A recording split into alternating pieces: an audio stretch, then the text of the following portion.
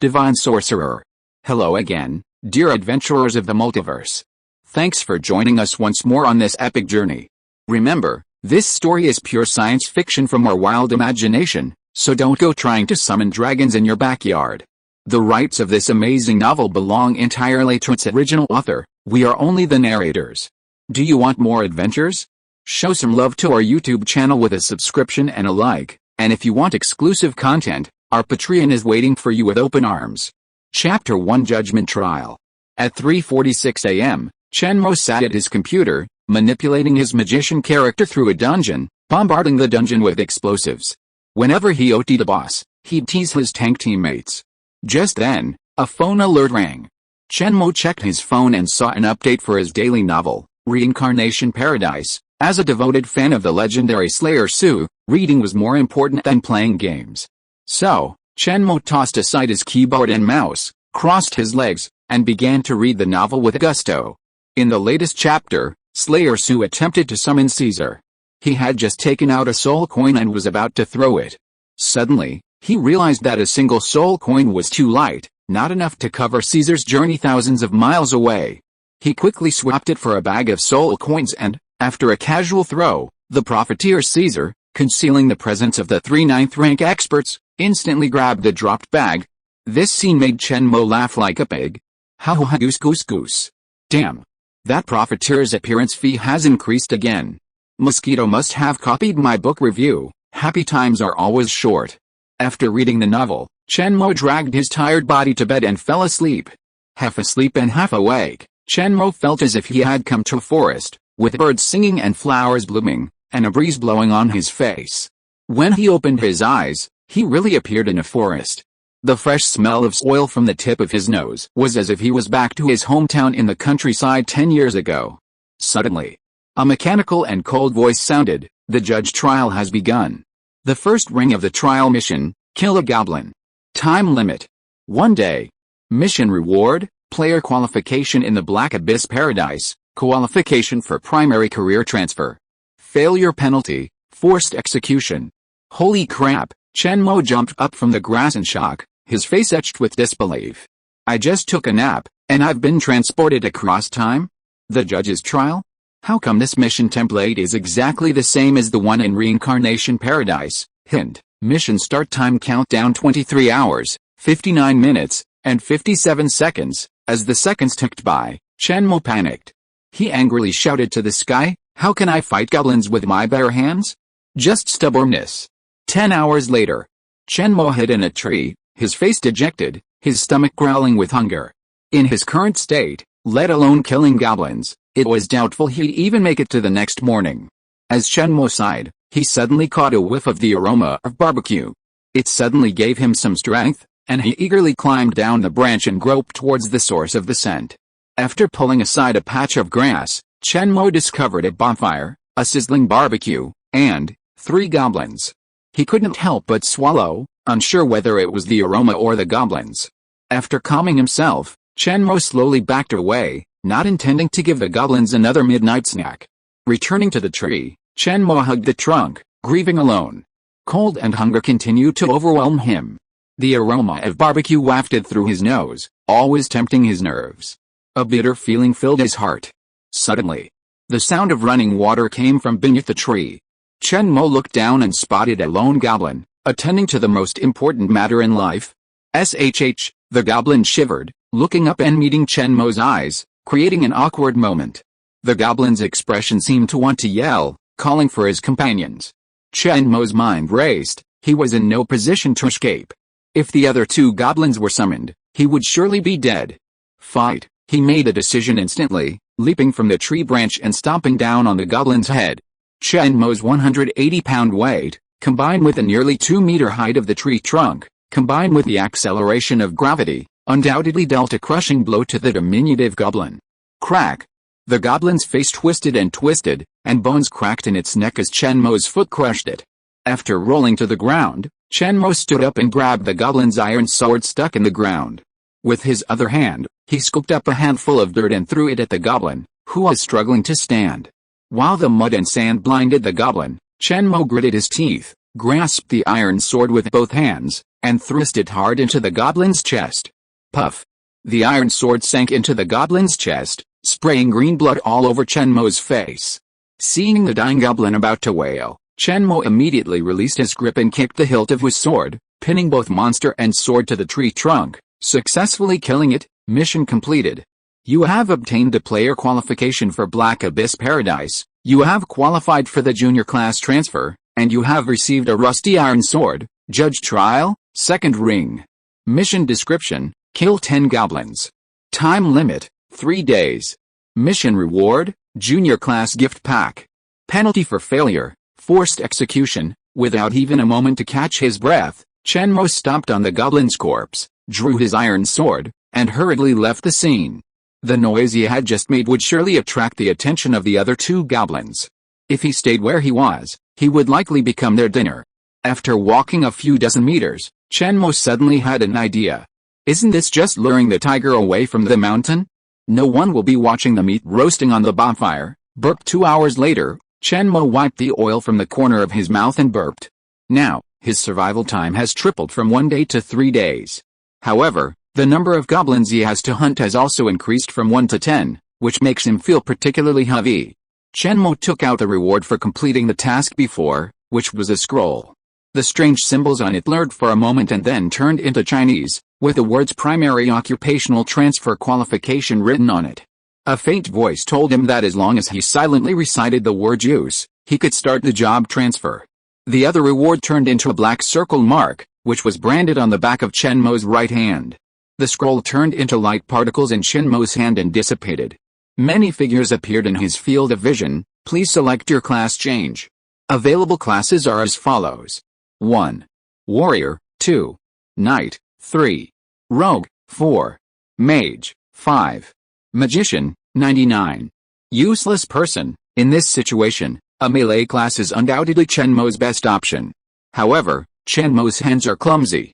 The speed of an elderly person's hand makes it difficult for him to adapt to the fast-paced pace of battle. Furthermore, Chen Mo is a heavy magic enthusiast. Class selection confirmed, Mage. Your current class is Magic Apprentice. A magical power surged into Chen Mo's mind, instantly clearing his drowsy consciousness. Please select a level 0 sleight of hand as your initial skill. A cascade of fantastical lights and shadows appeared before Chen Mo's eyes. After 2 seconds of contemplation, Chen Mo chose 1. 2 days later, the night. The darkness before dawn. Dawn was still half an hour away. Chen Mo lowered his footsteps and looked toward the 4 sleeping goblins near the campfire. Tiptoeing, he inched closer. To avoid exposing himself to his scent, Chen Mo smeared goblin feces on his body to mask his human scent. He'd learned this trick from watching the Goblin Slayer anime, but he'd never expected to use it again. Reaching the goblin furthest from the campfire, Chen Mo held a handful of dirt in one hand and his iron sword in the other. He slowly brought the blade close to the goblin's neck. Suddenly, with a powerful slash, his left hand forced the dirt into the goblin's open mouth, holding it firmly. The sleeping goblin, startled by the sudden attack, trembled violently. After struggling for a while, it gradually gave way and died. The noise of the assassination disturbed some of the other goblins. Chen Mo slowed down his movements, gently set the dead goblin down, and turned to move on to the next one. Chen Mo dispatched the second goblin with the same maneuver, but the other 2 had already been awakened by his actions and were now in a daze. Chen Mo, gripping his iron sword tightly, leaned forward and slammed into the arms of a goblin, piercing its green back. A scream echoed through the silent night. The last goblin, suddenly awake, immediately drew its weapon and lunged at Chen Mo, screaming. Meanwhile, Chen Mo's iron sword was still lodged in the dead goblin's body. Helplessly, Chen Mo dragged the half-dead goblin forward and met him head-on. With a thud, the iron sword sank into the goblin's back, splashing green blood that blurred Chen Mo's vision. Chen Mo released his hands and unleashed a powerful kick into the goblin's corpse. With a bang, the 2 goblins were sent tumbling backwards. The last surviving goblin pushed aside the corpse of its companion and looked up to search for the enemy. But then he discovered that the despicable human was facing its face with his palm. Instantly, a myriad of white lights erupted from his palm. Flash, taking advantage of the goblin's blinding, Chen Mo calmly dodged it, picked up another iron sword from the ground, and circled behind it. With a single horizontal slash, The goblin's head was severed. With a clang, the iron sword fell to the ground. Chen Mo collapsed to the ground, gasping for air. He didn't care that the goblin corpses surrounded him, emitting a foul stench. He swore that if the third round of quests came later, Chen Jing's would not continue, even if he died of starvation or was mauled to death by goblins. Mission completed. You receive the Junior Mage Skill Pack. World Announcement. Dear players, the virtual reality game God's Arrival has officially entered open beta, and you have been connected to the Black Abyss Paradise. Reminder, your backpack space has been unlocked.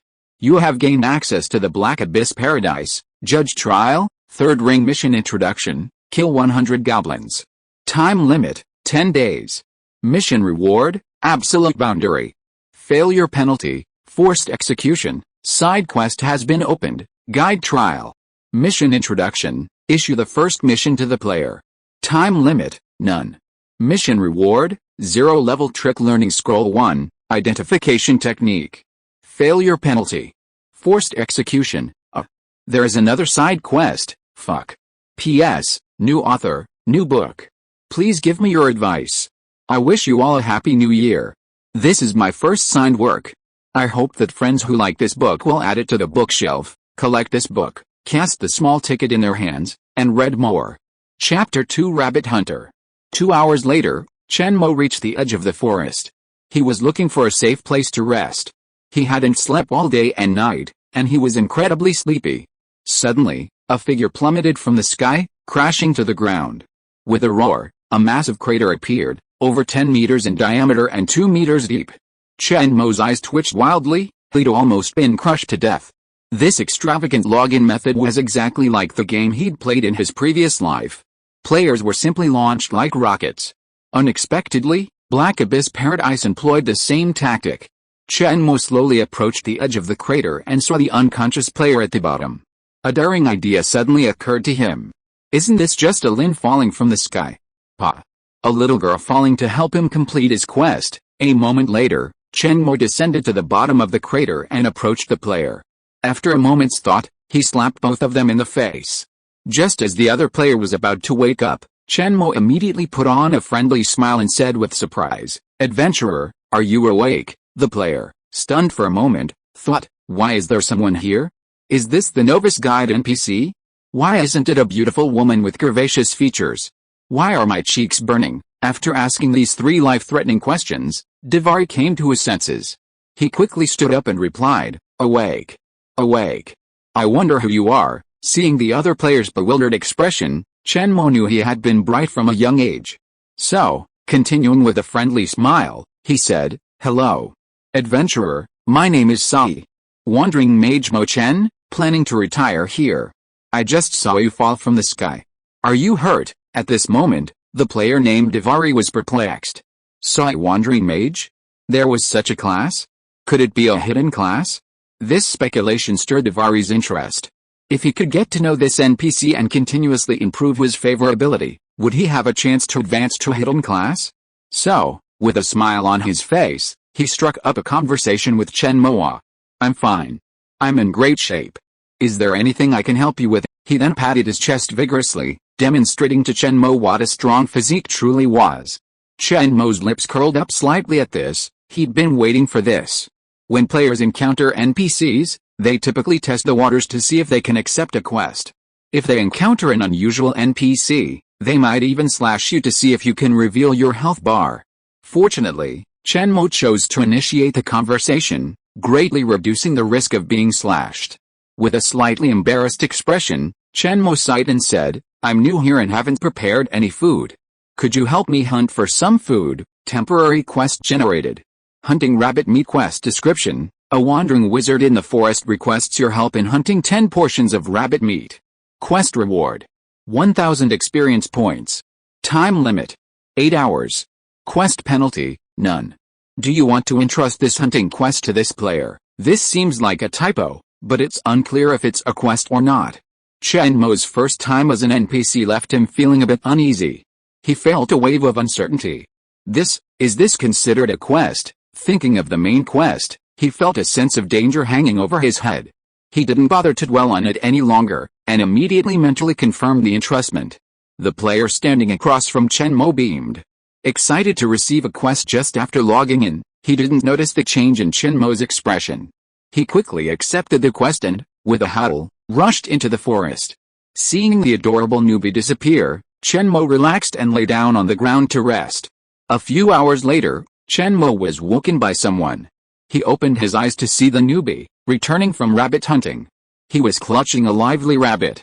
After bidding farewell to the adorable newbie, Chen Mo, as expected, faced the second round of side quests. Side quest completed, you've obtained the magic hand. Guide trial, second round. Quest description, issue a quest to 10 different players. Quest reward, first tier magic spell wind blade, time limit, none. Failure penalty, forced execution. Chen Mo couldn't bring himself to complain about this quest system. It just kept looping endlessly. Either he'd die of exhaustion or be hacked to death by monsters. It didn't make any difference. Pulling the beginner's gift pack from his mark backpack, Chen Mo opened it to see what it had. It could help him kill 100 goblins. You've obtained 3 0th tier magic learning scrolls. You've obtained 3 first tier magic learning scrolls.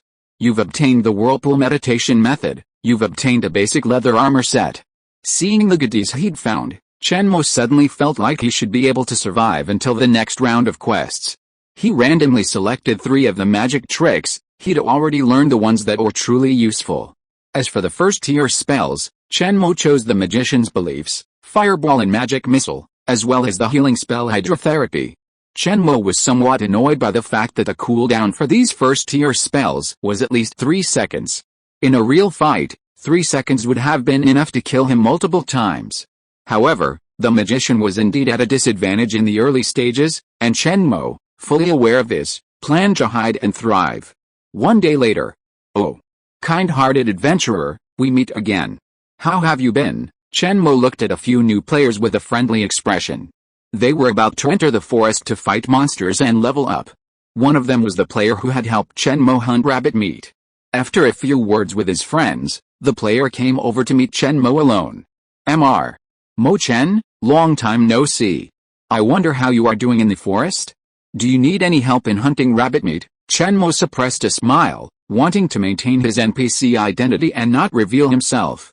So, he said slowly, pinching his throat, oh. You are such a kind-hearted group of adventurers. I just happen to need some spices. I wonder if you could help me get some. Temporary quest has been issued. Get spices quest description. A wandering magician in the forest asks you to help him get some spices. Quest reward. 1000 experience points. Time limit. 8 hours. Quest penalty, none. Watching the new players who accepted the quest and jumped towards their teammates, Chen Mo couldn't help but smile. He nodded at the players with a smile on his face and watched them leave. After they disappeared into the woods, Chen Mo opened his mark backpack, pulled out a honey-roasted rabbit leg, and began to nibble on it with relish. However, as he gnawed, he couldn't help but cry. Ugh. Fuck. I inherited millions, and I was supposed to be a useless waste, living off the fat of the land, yet they dumped me into this hellhole. And they even made me risk my life. For what? Chen Mo grew up in a military family. His grandfather was a veteran of the Red Dawn, and his father was a special forces soldier. From a young age, they trained Chen Mo as a soldier. He began training and practicing combat techniques at the age of 7 or 8, a practice that had lasted at least a decade. He'd neglected his training for 2 or 3 years, weakening his physical strength considerably. But fighting goblins these past few days had rekindled his senses, bringing back memories of the days when his grandfather dragged him into hellish training. The mere thought of his parents, who had died in a foreign land, brought back a familiar presence when he was 14. On a gloomy, rainy day, Chen Mo stood at his doorstep, his fists clenched stubbornly, sniffling, yet stoically resisting tears. From that moment on, Chen Mo lived with his grandfather. His grandfather, a soldier for decades, treated Chen Mo with extreme severity. His days were filled with study and combat training. Only at night, when they sat in the cool of the sun, would he reminisce stories from decades past. From the Red Uprising to the 25,000-mile-long march, Chen Mo had grown from child to adult. After his grandfather's death 3 years earlier, Chen Mo hadn't fulfilled his promise to join the army. Without a shred of discipline, he indulged in pleasure and shirked his responsibilities. For over a decade, Chen Mo had been plagued by fear, The fear of an unexplained death, the fear of dying in a foreign land like his parents. Like a coward, he hid in his apartment, refusing to leave, numbing himself with games and novels, afraid to face the world after the arrival of the Black Domain. 2 or 3 years of decadent living had worn away his resolve. He hadn't even realized that during the 3 years since the Black Domain's sudden arrival, the world had been gradually eroded by darkness, plunging it into the brink of destruction. Getting back to the point, Chen Mo, having vented his anger, discarded the bone and wiped the oil from his mouth with his sleeve. He'd swindled his current outfit from a newbie, a gift from a kind adventurer. While resting in the forest, Chen Mo, with nothing else to do, would search for new players. Once he spotted one, he'd approach with a friendly face, pretending to be a wandering wizard and offering them side quests. He'd successfully helped, or tricked, over a dozen newbies, helping them navigate the challenging newbie phase smoothly, a truly rewarding accomplishment. An hour later, Chen Mo crouched in the grass, carefully observing the stream ahead. There, a short, green-skinned goblin with a watermelon belly was scooping water from the stream. It was a lone goblin, a chance discovery by Chen Mo. Kneeling by the stream, a rusty iron sword lay beside it. From time to time, it looked up, observing its surroundings with an air of exceptional vigilance. Considering his own frail constitution, Chen Mo hesitated. Solitary goblins like these were usually formidable figures with some impressive abilities. Magic gathered in Chen Mo's eyes as he cast an identification spell, examining the goblin's specific attributes. Monster name, Goblin. Level 1. Health, 160/100%. Strength, 10. Agility, 7. Constitution, 8. Intelligence, 4. Charisma, -1. Skills, one-handed sword mastery. After comparing the two monsters' attributes, Chen Mo realized that if his sneak attack failed, he wouldn't even be able to escape. However, with years of combat experience, he felt he still had a chance of success. Chen Mo slowly moved into a blind spot behind the goblin and unleashed a sneak attack. The spell model for Magic Missile rapidly formed in his mind, emanating a faint wave of magical energy that immediately alerted the goblin drinking from the stream. It suddenly snatched up its nearby iron sword and leaped to its feet, glancing nervously around. The next second, it spotted Chen Mo, casting a spell in the woods. It screamed and charged, sword raised. Chen Mo's eyes fixed, and he hurled 5 fist-sized magic missiles at the goblin. The goblin nimbly dodged the first 2 missiles, then slashed the third and fourth at a tricky angle. In the end, only one missile managed to hit it. A small explosion of magic sent it reeling back, green blood oozing from the corner of its mouth. As if irritated, the goblin, eyes red, swung its iron sword wildly, and charged again. Chen Mo waited quietly, his lowered hand occasionally flickering with light. As the goblin drew closer, Chen Mo could smell the foul stench of its breath. 10 meters, 5 meters, 3 meters. Seeing the goblin close to the most dangerous distance for a magician, Chen Mo shouted and raised his long-held right hand. Suddenly, a blinding white light erupted from his palm, illuminating the entire forest. The goblin covered its eyes in pain, flailing its iron sword in an attempt to defend itself from the attack. Puff! Chen Mo was unable to dodge, and the iron sword slashed his arm, sending a stream of blood spurting out. After ducking aside, he exhaled, calming his mind. Between his hands, a crescent-shaped green wind blade gradually formed. 3 seconds later, the buzzing wind blade suddenly struck the goblin. Puff! Bang! The wind blade pierced the goblin's chest, passing through it and slashing into the ground, creating a shallow crater. The goblin froze in place, its upper body slowly tilting and sliding, its body separating and falling backward. Huh? Still as formidable as ever, wiping the sweat from his forehead, Chen Mo used his iron sword to pull a small green pebble from the goblin's body. He held the pebble up to the sunlight and observed it gleaming with a faint magical glow. This thing must be the crystallized magic within the goblin's body. The magic power it contained seemed a bit chaotic to Chen Mo just then. A rustling sound came from the nearby woods. Chen Mo stood up alertly, his right hand channeling a whirring wind blade. He peered warily into the brush and shouted, "Who are you? Come out. If you don't, I'll be rude to you." 5 figures suddenly rose from the bushes, their bodies caked with leaves and their faces grimy. They raised their hands above their heads, each clutching a rabbit. Seeing Chen Mo's blood-stained face and the terrifying expression on his face, they swallowed instinctively and stood up straighter. After a closer look, Chen Mo realized that these 5 people were the new players he had previously issued quests to, and they were actually still hunting rabbits in the forest. Chapter 3 The Guide. Upon seeing it was a player, Chen Mo immediately put on a friendly expression. Though covered in blood, he still tried his best to speak calmly. So it's you. I'm so sorry I scared you. There are a lot of goblins around here, it's very dangerous, please be careful when you're out there. Okay. I have to get back to hunting, so I won't be exchanging pleasantries with you anymore. As soon as he finished speaking, Chen Mo turned and walked away. He had to maintain his image as a master and couldn't interact too much with the newbies, otherwise it would reveal that he was also a silly player. The newbies hunting rabbits stood there stupidly, not until Chen Mo's back disappeared into the woods. They finally came to their senses, looked at each other for a few times, and then breathed a sigh of relief. The timid ones even patted their chests. That boss is amazing. The 5 of us couldn't take down a lone goblin, but he, a mere mage, managed it so easily. Yet, he's truly a hermit master. If only I could become his disciple. Sigh, the young man with the game ID Dualashi sighed. He'd completed numerous quests for the other player and given him countless gifts, but nothing had improved his favorability. This left him, a master of cultivation strategies, feeling rather disheartened. Suddenly, someone exclaimed in surprise, "Look! That NPC boss forgot to collect the goblin's hunting permit. Wow! Really? So many silver coins. He's truly a boss.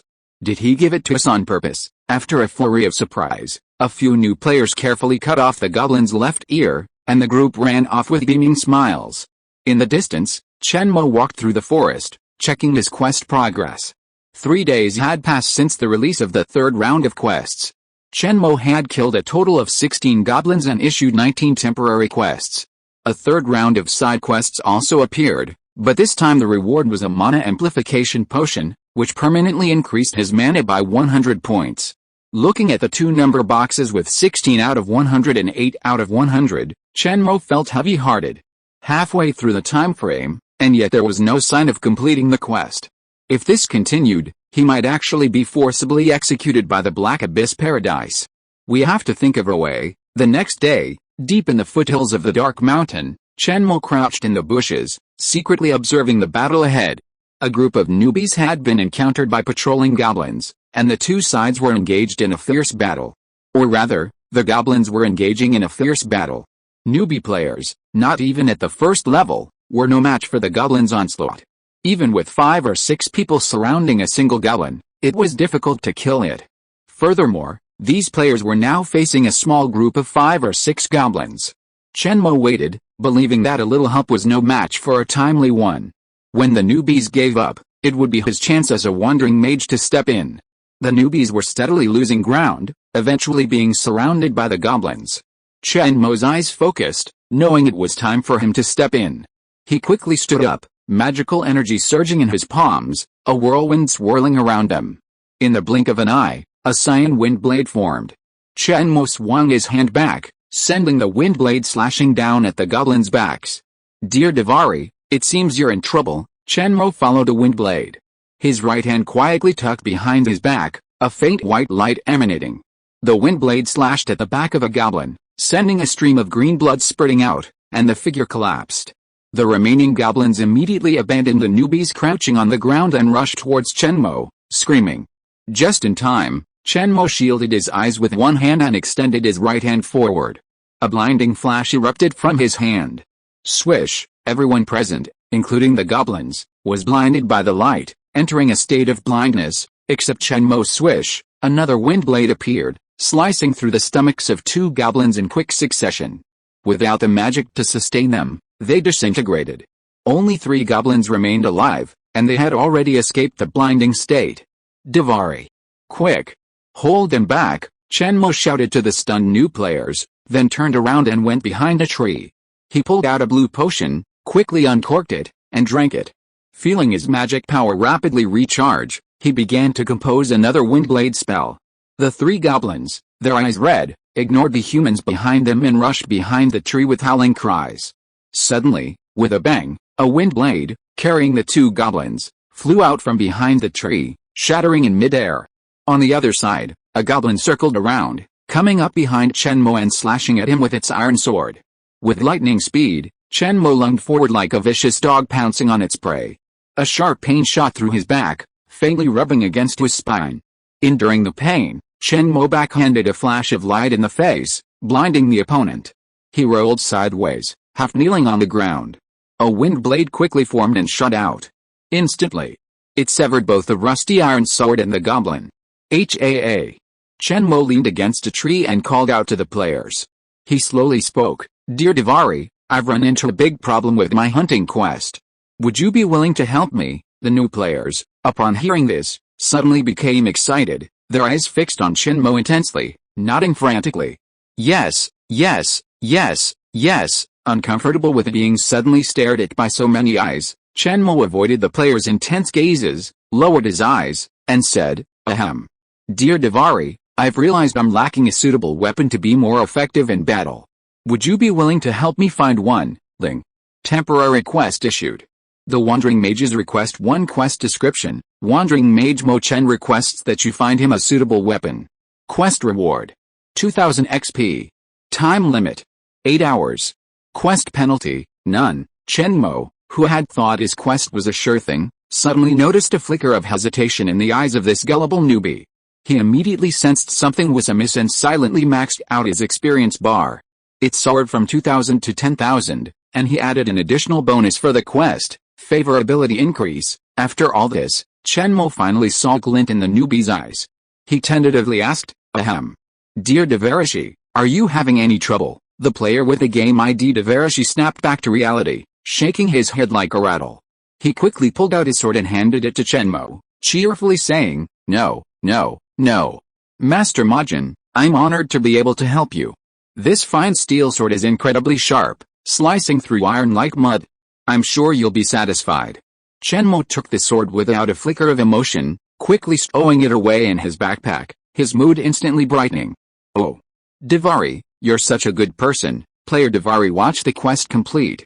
In a flash, he leveled up and gained 10 points of NPC favorability, a feat that delighted even a dedicated player of cultivation games. Chen Mo seized the opportunity and began arranging more players to help him. Alice. Dear Davari, I now have a suitable weapon, but my hunting quests are still very demanding. I was wondering if you would be willing to help me complete them. Ling. Temporary quest issued. The Wandering Mages request 2, recurring quest, quest description. Wandering Mage Mo Chen requests your assistance in killing goblins. Each goblin you assist in killing counts towards completing the quest. Reward: 2000 XP. Time limit: 7 days. Penalty: none. The 5 newbies surrounding Chen Mo cheered and jumped for joy. At this stage, they only earned 100 XP per goblin killed. However, helping this wandering mage would earn them 20 times the reward. This was simply so blissful they thought they'd arrived in heaven. Chen Mo looked at the players with an awkward expression, their faces flushed and their eyes blazing. This made Chen Mo briefly wonder if he'd given them too much. 7 days later, with the help of 5 new players, who risked their lives, Chen Mo finally defeated the last goblin and, in doing so, completed the 3rd round of the side quest. During these 7 days, he calculated his pace and maintained a consistent efficiency in completing both quests. Quest completed. You gain the skill Absolute Boundary. You gain a mana amplification potion. Reminder, you've achieved the minimum score in the judge trial and earned judge status. Now, you can choose whether to begin the 4th round of quests, or settle the quest rewards and enter the Black Abyss Paradise. Chen Mo was initially happy to hear the notification. It was finally over, but the choice made him hesitate. You must really want me to continue, right? Then I'm done. Settle the rewards. Are you sure you don't want to begin the 4th round of quests? This is a limited time, exclusive quest with exceptionally generous rewards. Once closed, it cannot be reopened. No. Let me into that paradise, Chen Mo said firmly. He didn't want to follow the system's wishes and continue his quest. He had finally managed to trick the players into completing the quest, but what if he was asked to kill 1,000 goblins? Would there be that many goblins for him to kill? Besides, why would he be asked to risk his life? For a long time, Chen Mo received no response from the Black Abyss Paradise. He stood there for a long time, but nothing happened. Suddenly, a terrifying energy wave enveloped him, and in an instant, Chen Mo disappeared like a gust of wind and sand. Chapter 4 Reasons. Judge's exclusive trial success. Judge's identity officially unlocked. Judgment quests begin. Next quest release. Judge will travel to Black Abyss Paradise in 3 seconds. A buzzing sound. A high-frequency vibration caused Chen Mo's entire body to tremble at high speed. The entire world doubled, and a constant buzzing sound lingered in his ears. It took a long time for him to recover from his trembling state. Teleportation completed. Judge has returned to his exclusive room. This room is an absolute safe spot in this paradise. No consciousness can enter without the judge's permission. Judge has returned to Black Abyss Paradise, and quest reward calculation has begun. Real world, origin, Whale Abyss Continent, Kingdom of the Gods, Windkite Kingdom. Quest difficulty, LV1 LV6, heroic, number of quests completed, Judge Trial Rings 1, 2, and 3. Guide Trial Rings 1, 2, and 3. Overall rating, S. Completing the first round of the Judge Trial raises the rating to B, completing the second round raises it to A, and completing the third round raises it to S. Because the trial's difficulty exceeds Judge Level 6, it has reached heroic difficulty, and the rewards have been doubled. Rewards. 10,000 Black Abyss coins, 6 attribute points, each completed round increases 1 attribute point, and each S-rated quest increases 1 attribute point. Excluding this trial, overall rating, S, Judge level increased to LV1.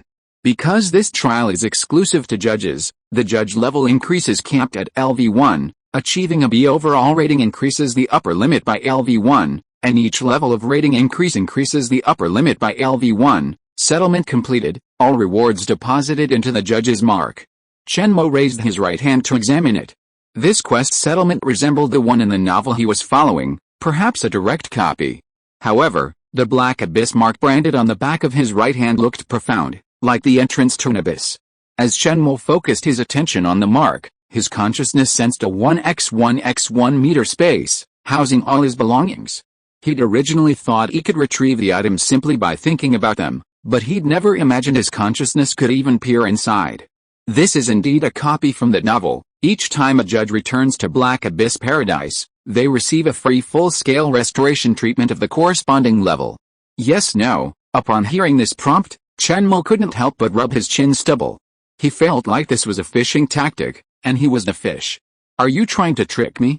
If I accept, will you throw me out there to kill goblins again? Note, this privilege is exclusive to judges and has no other consequences. Hesitant, Chen Mo chose to accept the treatment. In the blink of an eye, the ground slowly gave way, forming a bathing pool. A steaming hot spring emerged from nowhere, and Chen Mo was completely immersed in the water. After a long moment, Chen Mo slowly regained consciousness from the comforting warmth of the hot springs. His head rested on the edge of the tub, his body completely submerged. Almost 2 weeks had passed since he'd traveled through time, and he hadn't bathed in those entire weeks.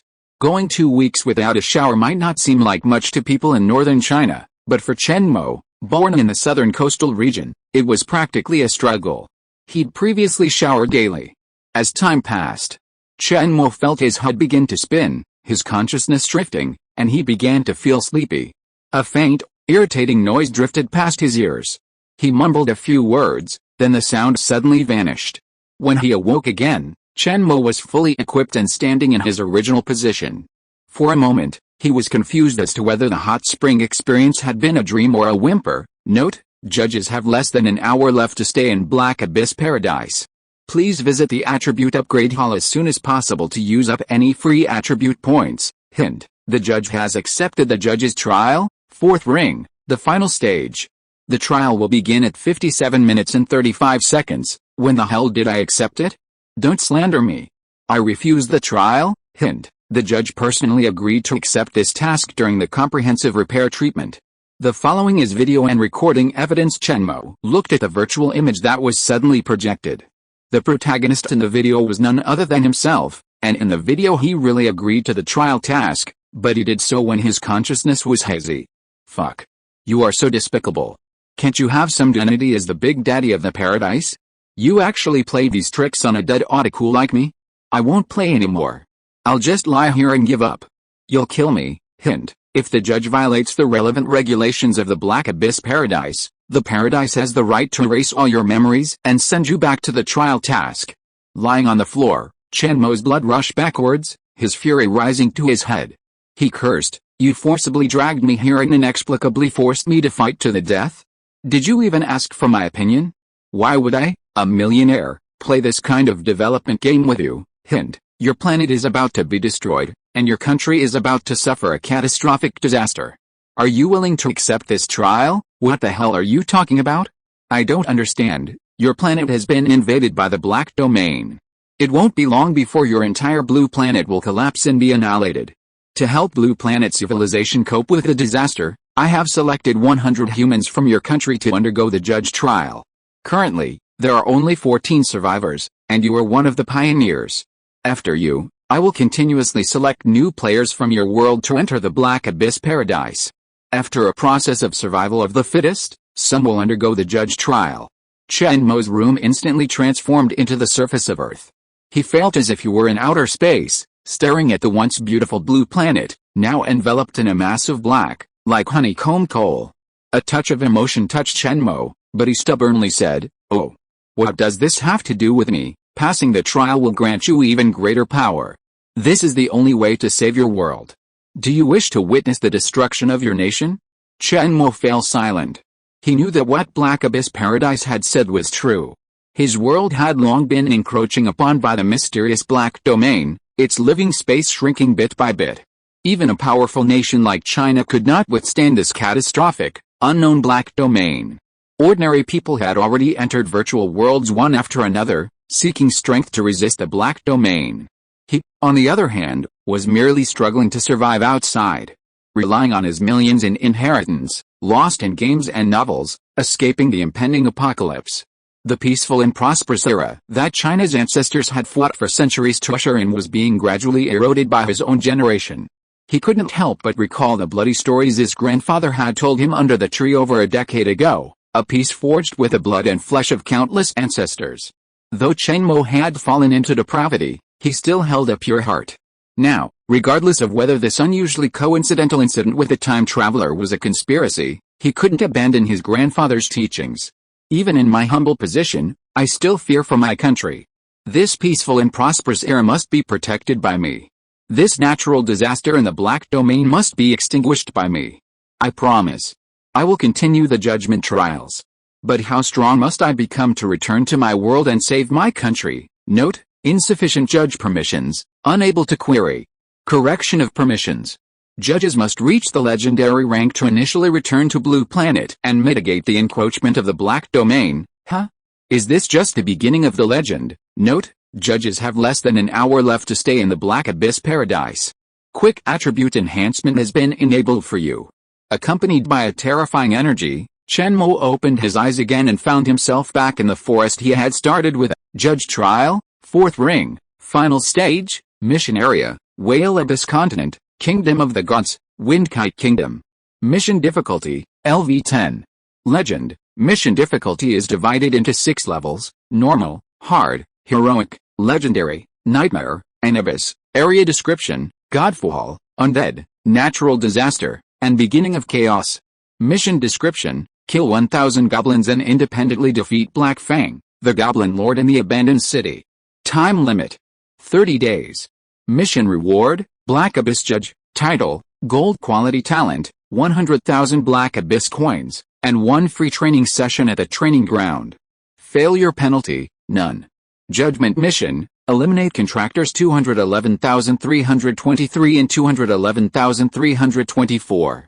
When the judge enters a 1-kilometer range of a mutant, the judgment function automatically activates. Judgment: begin, newbie. Recommend. Bookmark. Please read. Buy 3 of each and get 10 portions of rabbit meat for free. Chapter 5, Sudden Attack. Judge number 000. This number is hidden and cannot be queried by non-judges. The judge cannot be identified by this number. Name: Chen Mo. Judge, authority level, LV1. This level is the judge's authority level in the Black Abyss Paradise. It does not provide any attribute bonuses and is related to the mission score and regional difficulty. Rank: first level magician. HP: 10/100%, Physique X10. This attribute varies according to the degree of injury. If the HP is lower than 10%, the person will enter a near-death state and lose all ability to move. If it is lower than 5%, the person will enter a coma. Magic points. 210, intelligence x 10, current magic recovery rate, 11 points per hour, strength. 4, increases physical strength and weight bearing, agility. 4, movement speed, attack speed, reaction speed, constitution. 1, HP, physical defense, special resistance, etc., intelligence. 11, magic value, spell effects, mental strength, perception, etc., charm. 1, negotiation, summoning, etc., luck. 1, unboxing, card drawing, etc. This is the initial attribute and cannot be changed. Note, the standard attribute points of adults in the Whale Abyss continent are all 5 points, the initial attributes of players are all 1 point, and there are 10 free attribute points. Skills, several basic magics, Vortex meditation. The darkness dissipated, and Chen Mo awoke in the forest. This time, he had landed at the edge of the forest. Looking up, he could see a city in the distance. According to the mission information, this was likely a small city within the kingdom of Windkite. A rather large island was floating in its sky. Could that be the floating city? The shimmering magical light in the distant sky gave Chen Mo a vague sense of dread. Logically, a weapon as powerful as a floating city shouldn't exist in a remote town. Contemplating this, Chen Mo walked towards the city. The ancient stone walls glowed blue, and the streets were dotted with people, giving it a prosperous appearance. Soon, Chen Mo arrived at a tavern and found a seat by the window. "Hey, mate. Give me some meat dishes and some of your best wine. Here. This is the money." Chen Mo took out a magic crystal he had earlier extracted from the goblin and gently placed it on the table. For a moment, the noisy atmosphere in the tavern quieted down, and a few malicious eyes fixed on the magic crystal on the table. "Okay. Wait a minute, I'll be right there." The linen-clad waiter flung the towel over his back, quickly grabbed the magic crystal, and headed for the counter, his mind grumbling. Where did this idiot come from? Why is he paying with magic crystals? Wow. He must be a real tycoon. Soon, the table in front of Chen Mo was filled with delicious food. He was about to pick up his chopsticks and start eating when a burly man suddenly plopped down across from him. He looked flabby and stomped onto the chair, nonchalantly picking up the leg from his plate and taking a leisurely bite. Then he said slowly, "Boy. You're from out of town, right? Why don't you join our wild boar gang? We'll guarantee you a life of luxury and wealth." Chen Mo frowned, wondering how these cliches never seem out of date in other worlds. Besides, this tavern didn't look like it was run by a gang, so why would such a clueless thug bother him? He'd been looking for someone to get some information, and since someone had presented themselves to him, Chen Mo didn't hesitate. He casually lowered his left hand and asked, his expression unwavering, "Oh, you wild boar gang look quite formidable." The burly man, seeing Chen Mo's response, suddenly grew arrogant. He grabbed the food from his plate with both hands and shoveled it into his mouth, mumbling nonsense. "Of course. Our wild boar gang is one of the best mercenary groups in Laniu City, and I'm one of only 2 A-rank adventurers in the group who've hunted werewolves." Seeing the messy food on the table, Chen Mo's appetite instantly vanished. He'd spent over 10 minutes listening to this fat, boar-like fellow boast, but he'd gotten no useful information. Then, Chen Mo slowly raised his dangling left hand, and with a sudden buzzing sound, it suddenly appeared in the tavern. A cyan wind blade was suspended in Chen Mo's palm. "All right. Enough of that nonsense. You've finished my meal. Isn't it time to get going?" The rough-hewn men watching the show inside the tavern froze in their spots, swallowed, and then, with a bang, all fled out the door. The wild boar sitting across from Chen Mo had his mouth stuffed with food, a roasted chicken in his left hand and a steak in his right. His face was covered in cold sweat. He wanted to speak, but he didn't dare spit out the food. The situation remained frozen in place, as he watched helplessly as the high-speed, trembling wind blades inched closer and closer to his face. Boom! An explosion echoed from the street, and the powerful shockwave instantly shattered the tavern window. A streak of fire shot out from outside. In a critical moment, Chen Mo swung the wind blade out the window, slashing at the incoming fireball. Bang! The shockwave sent Chen Mo flying against the tavern's inner wall, damaging his internal organs and causing him to spit out blood. By then, half of the tavern had collapsed, with smoke and dust billowing into the sky. Soon, a circle of black light lit up where Chen Mo was, and he was completely covered by a dark blue spherical shield. All matter that touched the shield was instantly annihilated. Chen Mo directly penetrated the ruins and walked out of the collapsed tavern, leaving behind a straight tunnel entrance. Outside, a large crowd of people gathered to watch the show, and the attackers had long disappeared.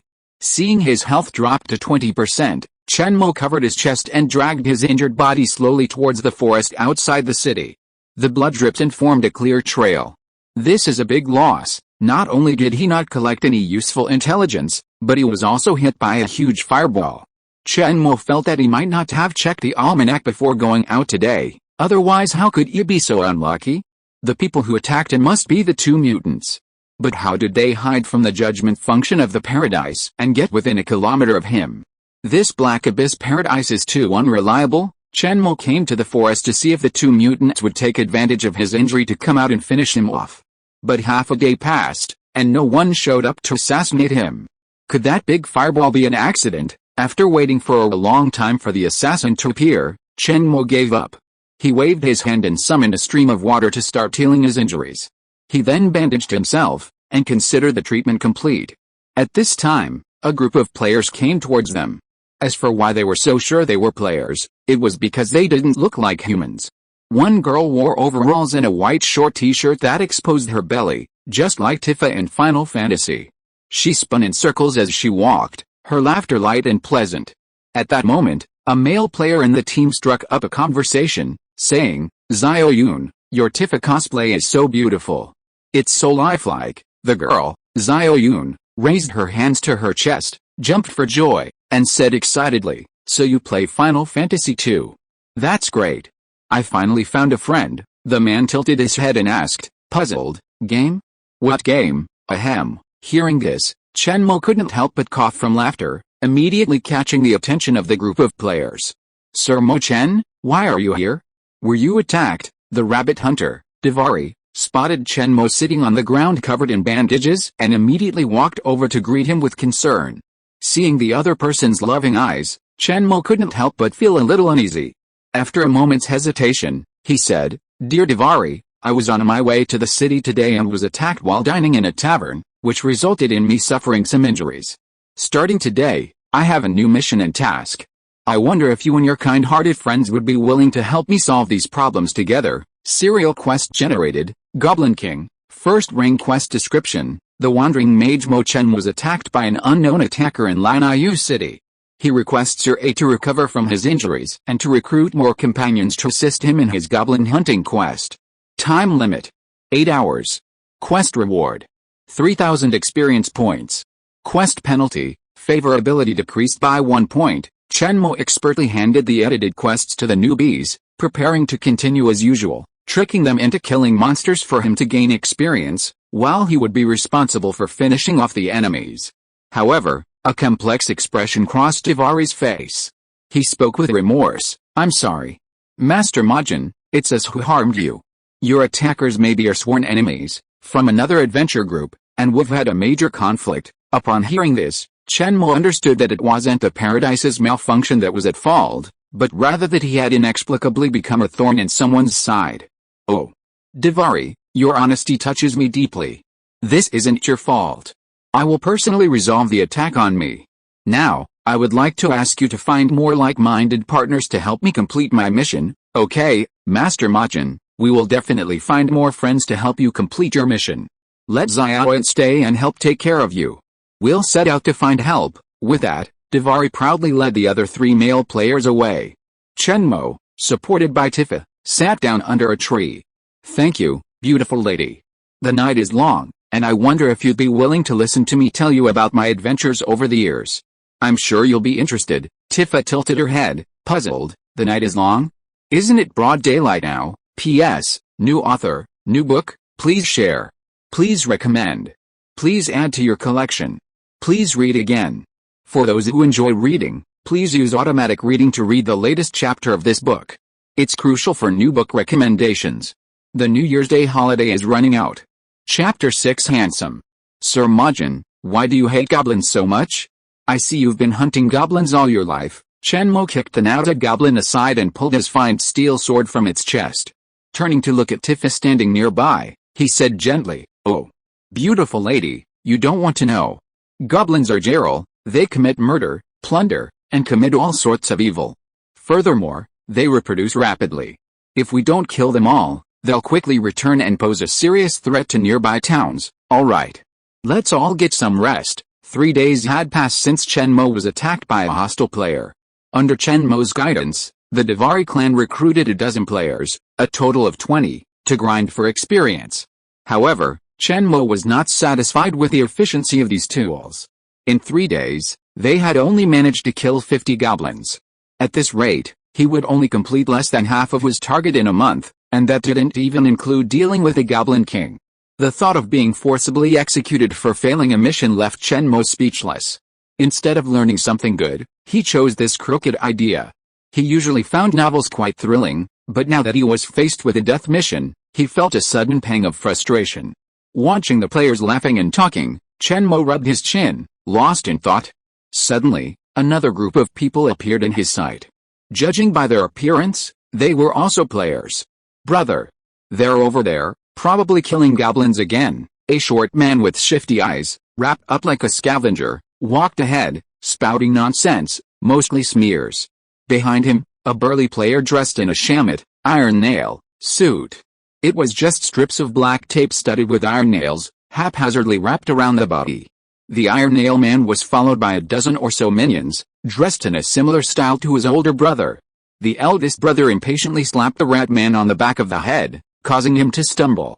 He cursed, "Lead the way, why are you talking so much?" Passing through the woods, they heard some noises. Drawing their weapons, they came to a clearing. In the farthest distance, a figure stood on a large rock, his eyes piercing. "Brother. Look. That's the wandering mage standing on the rock. He's got a lot of experience." The iron-nailed man took a closer look. He was a towering figure, standing at least 1.8 meters tall. He had a strong physique, a massive chest, and a fierce look in his eyes. He was dressed in a suit of refined leather armor, clearly high quality. He clutched a fine steel sword, the blade still stained with the green blood. From the iron-nailed man's experience, he knew this man was a ruthless, blood-stained individual. He could tell from his square, resolute face, the way he observed them calmly, without a trace of panic. Bang! The iron nail man slapped the rat man to the ground, cursing furiously. "You call that a mage? He's more like a berserker than I am." The tools, who had been laughing and joking, suddenly fell silent upon hearing the scolding. They looked towards the source of the sound, then reacted and stood up, weapons in hand, confronting the shamed adventurers. Davari looked at the iron nail man warily, his face stern, and said in a deep voice, "Shamit, what are you doing here? Are you trying to start a gang war?" The iron nail man, upon hearing this, instantly flew into a rage. With his nose in the air, he said in a snarling tone, "You're the Shamit. Call me handsome." He then ruffled his rooster comb with his hand. This gesture seemed to be a signal, and his minions, observing, raised their weapons and slowly surrounded Davari. "It seems that a fierce battle is inevitable today. Since you are so domineering, don't blame us for being rude. Brothers, get your weapons," Davari roared, and was about to call on his companions to rush forward and use their numbers to beat up this group of killers. Chen Mo, who had been watching the show for a long time, saw this and pushed aside the players in front of him and stood between the two groups. It was time for him to step out and reap the benefits. He would not miss this free tool. Ahem. Everyone, wait a minute, listen to me. This handsome guy. I guess your target should be me. I wonder if you are willing to tell me the reason? If there's anything, let's sit down and discuss it. Why bother with fighting? Don't you agree? Handsome guy, Chen Mo said the words against his will without blushing or beating his heart. The word handsome guy was so irritating that he felt like vomiting. Your Excellency has a keen eye. Just for that one word, handsome boy, crazy knife away, will do you a favor. Put down your knives, and don't be disrespectful in front of the boss. Yes, big brother. Watching the handsome boy greet his subordinates, Chen Mo felt like he was watching a Hong Kong movie. How could this black abyss paradise even recruit members of society? Chen Mo waved his hand, signaling Davari and the others to remain patient. While he needed to recruit more staff, he couldn't let down the veterans. Once he had successfully fooled these handsome boys, Chen Mo planned to play the good guy and mediate between the two sides, at least to prevent a fight from breaking out. The two sides sat down in distinct groups. One group comprised of cosplayers of various anime characters, The other a group of handsome, Shamit-styled boys. If an outsider saw them, they might mistake them for a gathering of some evil cult. A moment later, Chen Mo learned the whole story from the handsome boy. It turned out that these people weren't the ones who attacked him in the city. They'd simply heard that the Davari clan had acquired a wandering mage, who is now receiving a steady stream of quests and rapidly leveling up, with everyone already reaching the first level class. Given the current state of the game, it was impossible not to feel jealous. They'd gone through so much trouble, even working together to kill a goblin to only give 100 experience points, which they had to share. But these idiots, who were so self-serving, were getting 2,000 experience points from a single quest, and taking it all by themselves. Who wouldn't be jealous? So, Liang Ziwei had his men keeping an eye on the Davari clan, especially since he'd recently noticed them recruiting to expand their adventuring team. Liang Ziwei immediately realized they must have received some incredibly difficult quest, which was why they needed so many people. The higher the difficulty, the higher the reward. If he didn't share in the spoils, he wouldn't be able to call himself Crazy Knife away in front of his minions. Yes, I understand your situation. I believe you are all kind-hearted adventurers. Those bullying are not your doings. And you are so eager to help me complete the mission. You must be a good group of people, a group of handsome guys. Chen Mo's charming words made the group of Shamit laugh out loud. Taking advantage of their excitement, Chen Mo immediately threw the tasks he had prepared at them. Temporary task generated, hunting goblins task description, wandering mage Mo Chen requests your assistance in hunting goblins. Each goblin killed counts towards the completion of the task. Time limit: 27 days. Task reward: 2,000 experience points. Task penalty: none. Seeing a piece of the meat that was about to be eaten being taken away, Davari and the others suddenly became anxious. They frantically tugged at Chen Mo's clothes and whispered to him not to do this. Chen Mo had anticipated this. He gently pressed his hand and said softly, "Dear Davari, we can't just look at things on the surface. I believe they are a group of warm-hearted young people just like you. Although they have different personalities, they must be a group of good people. You should not have too many prejudices. It is always better to have more friends than more enemies. In addition, the tasks I entrust to you will not be reduced. Please rest assured about this. It just so happens that I still want to continue to expand my manpower. At the previous speed, I may not be able to complete the mission before the deadline." After speaking, Chen Mo found that this honest and gullible newbie still looked unwilling, so he quietly leaned close to his ear and whispered, "Don't worry. These newcomers are still in my probationary stage, and the rewards are much lower than yours." As soon as this trick was made, the clouds cleared and the moon appeared. The Kozer Adventure Group and the Shamit Adventure Group temporarily reached a reconciliation and formed an offensive and defensive alliance. They were determined to protect the wandering wizard Mo Chen as their common goal, develop together, and become bigger and stronger together. Watching the leaks form an alliance, Chen Mo felt deeply gratified, a sense of accomplishment akin to playing a game of cultivation. However, he still felt a little puzzled. Which unruly person was plotting against him? Chapter 7 Auxiliary Magic. Ha! Stop for a moment. Let me catch my breath. Chen Mo stuck his iron sword into the ground, leaning on the hilt as he breathed heavily. He'd been careless, completely ignoring his low stats. All players from the Black Abyss Paradise start with a base stat of 1, with the extra 10 points allocated for class enhancement. Chen Mo, however, had maxed out his intelligence. Even with the 6 bonus points from the previous bonus, prolonged physical combat was still difficult with his current physical condition. Not to mention using magic, with so little mana, a few spells would deplete his mana. Even if he was just responsible for last hitting and harvesting kills, even if a pig was lined up for him to kill, he couldn't swing his sword relentlessly like an emotionless machine. After all, he was human, and he would tire. Looking at the fleeing goblins, the two distinct adventure groups shared a look of regret. It was just that Chen Mo, the main character, was no longer able to farm, and they couldn't force him. "Sir Majin, aren't you a magician? How did you resort to using a sword to kill goblins?" Davari looked curiously at Chen Mo, who sat slumped on the ground. At his words, the 40-odd people suddenly turned their attention to Chen Mo, who was in the center of the crowd. Ahem. That's a good question. My grandfather once taught me that a magician without swordsmanship wouldn't be a good captain. Therefore, my family has practiced swordsmanship and magic for generations, and my ultimate goal is to one day pilot a magical warship. To meet the curiosity of these new players, Chen Mo launched into a serious, nonsensical rant. Regardless of whether they believe him or not, Chen Mo himself felt it was perfectly reasonable. How can someone with a low voice and a weak constitution pilot a warship? Speaking of which, Lord Muchin, I saw a magician in Lanayu City using a spell that enhances physical fitness. Do you know how to use it? I heard it's called physical enhancement. Tifa spoke softly, then suddenly realized something. Her face flushed red, and she lowered her head. Wisps of white steam began to rise from above her. Physical enhancement. Chen Mo thought the effect of this spell was similar to the support skills in the games he used to play. It was specifically used to improve the attributes of teammates. If he could learn it, it would effectively alleviate his weak physical attributes. Seeing the girl blushing all the way to her neck, Chen Mo decisively gave up the idea of issuing a task to her and turned to the harmless Davari. Dear Davari, this beautiful woman just told me a wonderful spell. I wonder if you would be willing to help me find it for me, for the sake of our friendship. Temporary task released, assistance magic task requirements. The Wandering Mage requests that you find a spell that temporarily increases his physical attributes. Time limit: 1 day. Mission reward: 5,000. Failure penalty: -5 favorability. Chen Mo looked at Xiao Dao with a genial expression. This time, he had raised the experience point reward to 5,000, equivalent to the experience points gained from 50 goblins.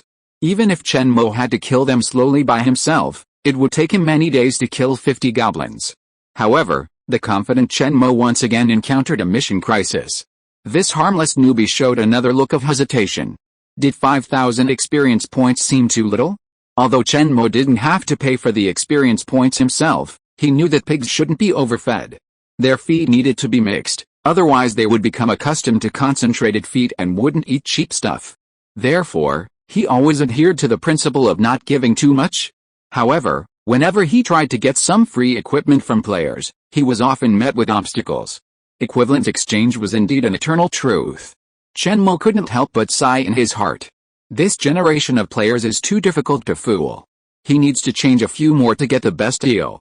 However, Chen Mo felt that he still had to give it a try. What if it works again? Dear Davari, you look very embarrassed. Am I asking too much? When he said this, Chen Mo's expression was a little stiff. After all, he didn't graduate from Neptune University.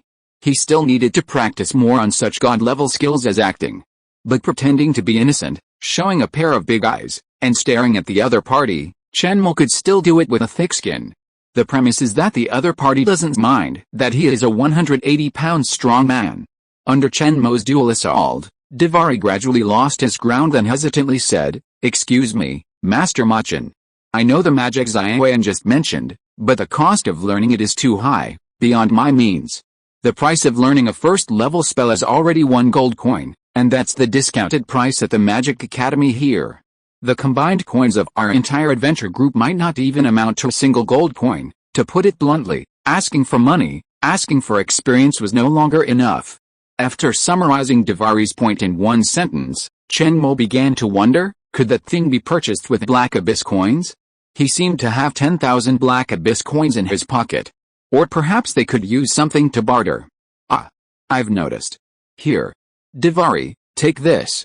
The value of this bag should be enough to exchange for a first-tier spell learning scroll. I'll be waiting for your good news. After a moment's thought, Chen Mo pulled a small bag from his marked backpack. Inside was a bag of first-tier magic crystals obtained from killing goblins. Although the magic power was mixed, it could still fetch a good price. For every goblin he killed, Chen Mo would ask players to help him collect the magic crystals and other loot as part of a quest, which he then pocketed, so he had saved quite a bit. This time, he had taken out about 10 first-tier magic crystals. After buying the spell learning scroll, there would probably be some left. Watching Davari's eyes gleam as he stared at a bag of magic crystals, Chen Mo suddenly felt like he was being fleeced by other players.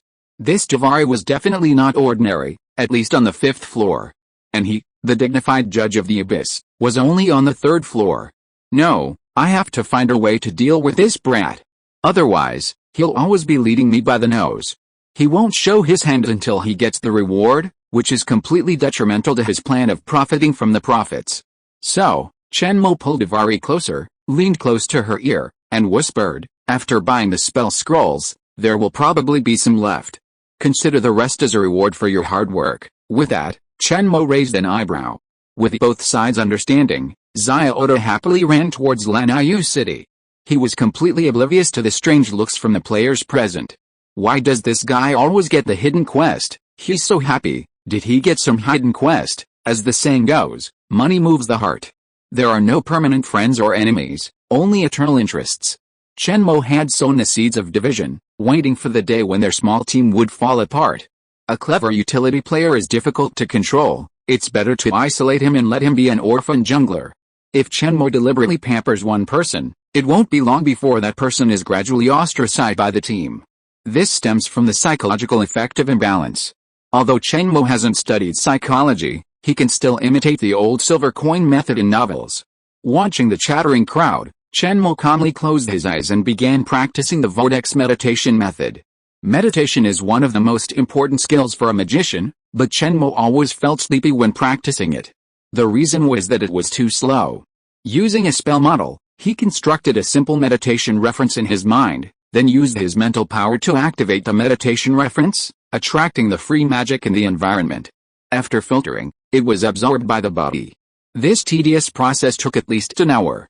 How could he even talk about pushing his limits and practicing diligently? A small vortex of wind swirled above the trees. Beneath it, Chen Mo and a group of utility players sat in meditation. After waiting for a long time, Chen Mo was awakened from his sleep. These few hours of meditation left him feeling somewhat unsatisfied. A Simmons mattress would have been even better. "You're back.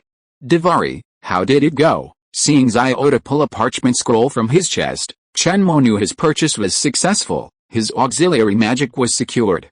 If you are listening to this novel on a channel other than Fanfic World, it means it was downloaded and re-uploaded without effort. We warmly invite you to visit our channel, Fanfic World. There you will find the original version of this story and many other novels of various genres. We look forward to seeing you dive into a world of incredible novels. Chapter 8, Absolute Boundary. As the parchment scroll dissipated into particles of light, Chen Mo's mind received a reminder from the Black Abyss Paradise. You have obtained a new first-level spell, Physical Enhancement. Physical Enhancement. Consume a corresponding amount of magic power to temporarily enhance physical fitness, increasing strength, agility, and constitution for entry-level professionals, up to level 3, by 10 points. A strange knowledge flooded Chen Mo's mind, leaving him stunned for a moment, lost in his own world. This simple first-level spell surprisingly contained so much knowledge. Chen Mo only glanced at it and saw a wealth of information on human biology, including how to use magic power to strengthen various parts of the body, achieving rapid improvements in a short period of time without causing too many harmful side effects. He released this magic from his palm and pressed it against his chest. A warm energy instantly poured into his chest, and Chen Mo felt an unprecedented pleasure, as if endless power surged from every cell of his body. At this moment, his mood was extremely excited, and his body was extremely hot. Even the look he gave Tifa was odd, frightening her into hiding behind her best friend. Chen Mo quickly shook his head, shaking off these illicit thoughts. He shouted to the players sitting on the grass, "Comrades! The revolution isn't over yet, we still have work to do. Come on. Let's clear this forest clean today." Go for it. Full of energy, Chen Mo led the charge deeper into the foothills, prompting a flurry of players to follow him. The experienced bot's gone. "Everyone, hurry up. Protect the hostages," Divari shouted, chasing after Chen Mo. If the NPCs who were grinding the infinite quests were killed by the goblins, their joyful experience earning wouldn't be over. They'd be heartbroken. A day later, Chen Mo looked at the many exhausted players slumped on the ground, speechless for a moment. His own strength had caught up, but the players had. They'd killed so many goblins, and yet they were all exhausted as dead dogs. Chen Mo hadn't anticipated that the vast majority of players who frequently followed him on quests were class-changed mages. After all, a hidden mage NPC might, with luck, teach him some rare skills. However, mages are particularly weak early on, lacking any particularly impressive abilities. While their magic is certainly powerful, their low mana pool presents a significant obstacle for novice mages. Ha Lord Machin ha, let's take a break. We're almost wiping out all the goblins around here. Dozens of us moving together are too conspicuous. Some goblins will run away at the sight of us. That's inefficient. It was Handsome Wei who spoke. Handsome Wei's adventure group was mostly melee classes, drawn to the clanging of swords, and therefore most of them had switched to warrior classes. That day, the Handsome group fought with unparalleled bravery, risking their lives to hold back the goblins. Chen Mo expressed his deep appreciation for this and quietly raised the quest rewards to over 3,000 experience points, putting them on par with the Davari clan. He thought Handsome Wei's opinion made perfect sense. A group of nearly 40 people was a bit too conspicuous.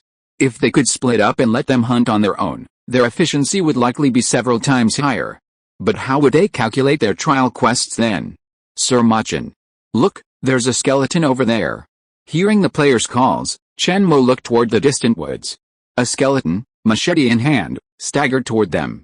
Why are there skeletons in the forest? This doesn't look like a dreary cemetery nearby. Seeing the skeleton approaching the camp, Chen Mo pondered and decided to send Handsome Wei on a trial run. Handsome. Could you please destroy this skeleton? Please be careful when fighting. Handsome Wei leaped up from the ground, knife in hand, and happily rushed towards the skeleton. Chen Mo's identification revealed this skeleton to be a simple first-tier monster, even weaker than a goblin. Perhaps it was simply the natural transformation of a traveler who died in the forest. After casually dispatching a task, Chen Mo paid no attention. He still needed to find a way to make his time off more comfortable. Swoosh! A crossbow bolt suddenly struck the boulder where Chen Mo lay, its tail buzzing. A scream echoed, and Chen Mo turned to see Handsome Wei, slain by the goblin's blades, dissipating in particles of light. The goblins had gathered dozens of their companions and were launching a counterattack against their group of players. Brothers! Get your weapons! Shield warriors, take charge! Mages and nurses, stand back! Protect the hostages, brother! How did you die? Brothers! Your sacrifice couldn't have been in vain. Avenge your death. Charge! The goblins had actually figured out how to rally their forces and fight back. This operation truly shocked Chen Mo. Furthermore, there were so many of them, at least 20 or so, that this was going to be a difficult situation. Chen Mo immediately jumped off the rock and hid behind the other players, watching the clash unfold as they charged forward, swords in hand. He quietly slipped into the crowd, slowly moving to the front, using the bodies of other players to dodge crossbow fire. Without the gang leader, Liang Ziwei, and having just stopped to rest, many players simply didn't have the stamina to withstand such a surprise attack. Watching the one-sided battle, Chen Mo first composed a temporary quest and sent it out to boost the players' morale. Then, he slammed his newly learned support spell onto himself. Feeling the powerful force surge through him, Chen Mo lowered his body slightly, gripping the iron sword in his right hand behind his back, his left hand shielding him. Bang! With a sudden push of his right foot, he charged like an arrow from a bow towards the goblin defenses. The tip of his sword gleamed coldly, like a stream of light. After risking his life by plunging into the goblin swarm, Chen Mo used a sweeping blow to push back the encircling goblins, calling on the players behind him to provide cover, and then stood still. Davari was still wondering why this big man had just attacked and then stood still. In the blink of an eye, 3 seconds had passed, and a circular black-blue shield had instantly enveloped Chen Mo. The high-frequency, vibrating shield continuously emitted extremely dangerous energy waves, threatening to completely annihilate anyone who even touched it. This skill, Absolute Boundary, the third-level reward Chen Mo had previously obtained, is a powerful defensive skill based on the principle that the best defense is offense. Absolute Boundary Level 1, consumes 100 mana points to construct a spherical magical shield. Any matter that touches the shield undergoes a material annihilation reaction with it, releasing a large amount of energy. Maintaining Absolute Boundary requires 1 mana point per second. Chen Mo had previously escaped from the ruins of the tavern thanks to this skill, but its activation was far too slow. The first level spell took 3 seconds to activate, a truly frustrating experience. Unleashing his ultimate, Chen Mo lost no time and instantly charged into the goblin ranks, like a rice cart plowing through a harvested paddy field. Without a trace of blood, it mercilessly devoured everything. The goblin's sword instantly vaporized upon contact with the absolute horizon, as if it had been devoured. Amidst its dazed gaze, Chen Mo gently touched it, and half of the goblin's body instantly dissipated, collapsing with a look of astonishment. In a mere 10 seconds, Chen Mo single-handedly slaughtered the entire goblin horde, slaying anyone who stood in his way. Watching the remaining goblins flee in panic, Disappearing into the woods, Chen Mo breathed a long sigh of relief and slowly dissipated in the absolute horizon. This absolute realm wasn't easy to maintain. It consumed a tremendous amount of magic power, and anything it touched was annihilated, leaving not even a magic crystal. If his magic power ran out, he'd end up like a lamb among wolves, a thrilling prospect. Are you all okay? Chen Mo turned, concerned about his leak field. Instead, he saw dozens of people staring at him with their mouths open in astonishment. Seeing this, Chen Mo couldn't help but smile. It seemed like he'd accidentally pulled off a trick. Chapter 9 Power Leveling Online. Waving his hand, Chen Mo calmly said, "Don't get excited. This is just basic operation. Hey. What are you kneeling for? Get up, get up." After calming the excited group of players, Chen Mo wiped the sweat from his forehead. Being a master is no easy feat. Now, if they still procrastinate and refuse to complete the quest honestly, Chen Mo will cut off the roots and move on to a new batch of leaks. Chen Mo was initially surprised by such an incredible skill as Absolute Boundary. Then he remembered watching an anime as a child in which the protagonist had a profession called Boundary Master, and Absolute Boundary was a skill only those with exceptional talent could master. Chen Mo suspected that Black Abyss Paradise had directly extracted the relevant knowledge from his memories, transformed it into a skill, and given it to him as a reward. The thought left him speechless, but the skill was so cool that Chen Mo reluctantly accepted it. Players had to wait 24 hours after death to be revived, and after this battle, the other players probably had no desire to continue hunting. Seeing their listless appearances, Chen Mo gave them a day off, letting them wander freely. Young people these days are too good to be true. It seems the 996 work schedule won't be a thing for a while yet. He flipped open the quest panel and reviewed his kills. Chen Mo couldn't gain experience points by killing monsters himself.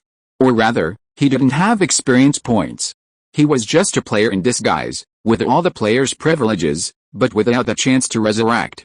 Leveling up wasn't based on experience points either. He hadn't figured out the specifics yet, and it wasn't likely to be easy. While browsing the log, Chen Mo was shocked to discover that several goblins he hadn't killed had been recorded as part of his trial quest. Suddenly, a light shone in Chen Mo's clear eyes. "That's a lot of room for maneuver." "Ha ha ha, goose, goose," an eerie laugh echoed from the forest, becoming even more eerie as night fell. The next day, Chen Mo gathered all the players who had followed him and had them sit obediently on the grass, reminiscent of an elementary school class. Chen Mo nodded in satisfaction. The players, neatly arranged like quails, resembled a neatly arranged field of chives, perfectly arranged horizontally and vertically, a particularly pleasant sight. He sat on a rock, a kind smile on his face, and said, "Dear handsome men and women. Today, I have good news for you all. My mission has undergone an unexpected change." Tifa immediately raised her hand and shouted, "Are we going to spawn a different monster? Finally, we won't have to deal with those ugly goblins." Chen Mo calmed her down with a gentle gesture and continued, "Our target is still goblins. That hasn't changed. What I'm saying is that for the next mission, we won't have to go through this tedious hunting process." With a gentle wave of his hand, Chen Mo tossed a mission he had compiled the previous night to the players. Temporary quest generated, Goblin King, second ring, repeatable, quest description, Wandering Mage Mo Chen requests your assistance in hunting goblins and bringing back their magic crystals as proof of the hunt. Each magic crystal counts towards completing one quest. Time limit: 25 days. Quest reward: 3,000 experience points. Increase favorability by 1 point. Penalty for failure: decrease favorability by 10 points. No need to bother trying to hold the goblins down for me anymore. Now you can hunt freely. Just bring back the magic crystals as proof of the hunt. Mo Chen will never forget your help. Previously, hunting involved dozens of people surrounding a few goblins, beating them half to death before Chen Mo would come out to finish them off. Players took turns handing in the experience points for completing the quest. This model was very similar to the leveling services used by wealthy players in online games, except Chen Mo didn't earn any experience points. Now, Chen Mo could finally be hands-off, simply handing off the hunting quests to the players so he could focus on other things. He could even sip a glass of cola and eat chips while watching the players diligently kill monsters. He could even have a few female players come over to fan him and rub his legs. Of course, to maintain his image as a master, Chen Mo wouldn't dare resort to such drastic measures. He couldn't let the players think he was a dandy. Seeing the players' excited howls, Chen Mo was also delighted. He had previously resorted to the extravagant monster-killing methods out of necessity. Now, he could finally let these chaotic creatures loose. He had nurtured them in his own leaks, almost domesticating them, losing the pure wildness. Chen Mo could have refused to take the magic crystal, but he felt it would be a loss if he didn't make some money. After all, players could cut off certain goblin parts and bring them to the Adventurers Guild to exchange for money.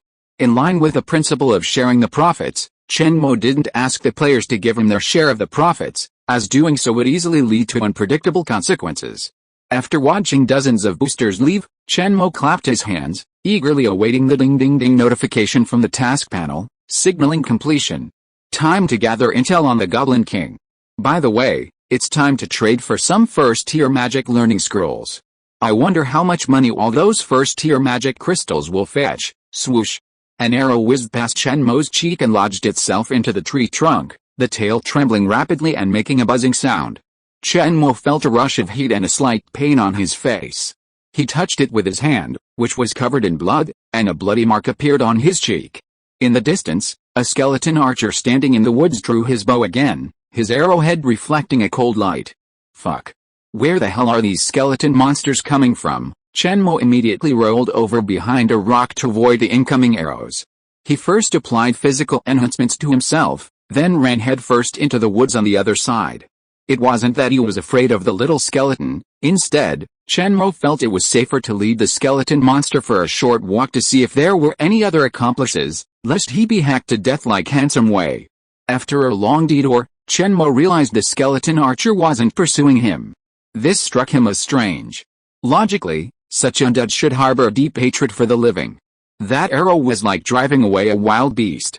Curious, Chen Mo began to sneak back, determined to find out where the skeleton had come from. 2 hours later, at the junction of the dark foothills and the Howling Wolf Plains, dark clouds obscured the sky, and the air was oppressive. A massive fireball accurately struck the skeleton archer, and amidst the blazing flames, the soul fire in his eye socket slowly extinguished. Soon, a pile of white ashes lay on the ground, shimmering with a sparkling green light. Chen Mo leaned over to pick up the glowing green bead. After a quick identification, he discovered it was the skeleton monster's soul crystal, commonly known as a soul crystal. However, it was filled with death energy and could not be absorbed by living beings. Soul crystal, the source of power for undead creatures, condensed with the souls of the dead, and can be used by the undead to enhance their own strength. After wiping the green bead on his clothes, Chen Mo tossed it into his backpack. The fireball had been incredibly hot, its intense heat making him feel particularly parched even within its proximity. Chen Mo felt like he was missing many skills a magician should have learned. It made no sense that the fireball wouldn't be as effective as the wind blade. AWW, just then, a wolf howled mournfully from the plains beyond the woods. The sound was mournful, as if lamenting something. Chen Mo quietly hid in the outermost tree and gazed out at the plains. Far in the distance, a pack of werewolves, led by a pack of demonic wolves, engaged in a fierce battle against a dense swarm of skeletons. Wind blades and will-o'-the-wisp flames flew, splattering wolf blood and bone fragments. The werewolves, standing upright, clutched massive swords. With a gentle swing, a stream of moonlight-like sword energy slashed out, plunging into the swarm of skeletons and shattering countless of them. The battle was incredibly brutal. The bones barely lasted a second in the wolves' mouths. Several of the wolves were so full they lay bloated, their bellies bulging. However, the skeletons were still too numerous, an endless supply.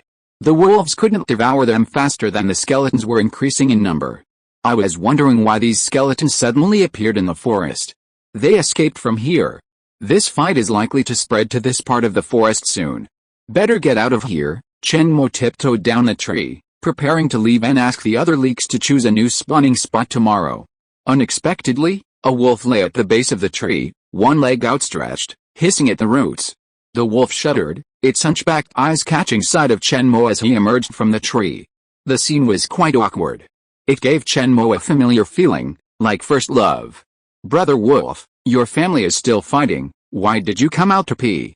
Chapter 10 Brother Wolf, there's no need to do this. I'm just passing by. Brother Wolf, calm down. I'm just passing by.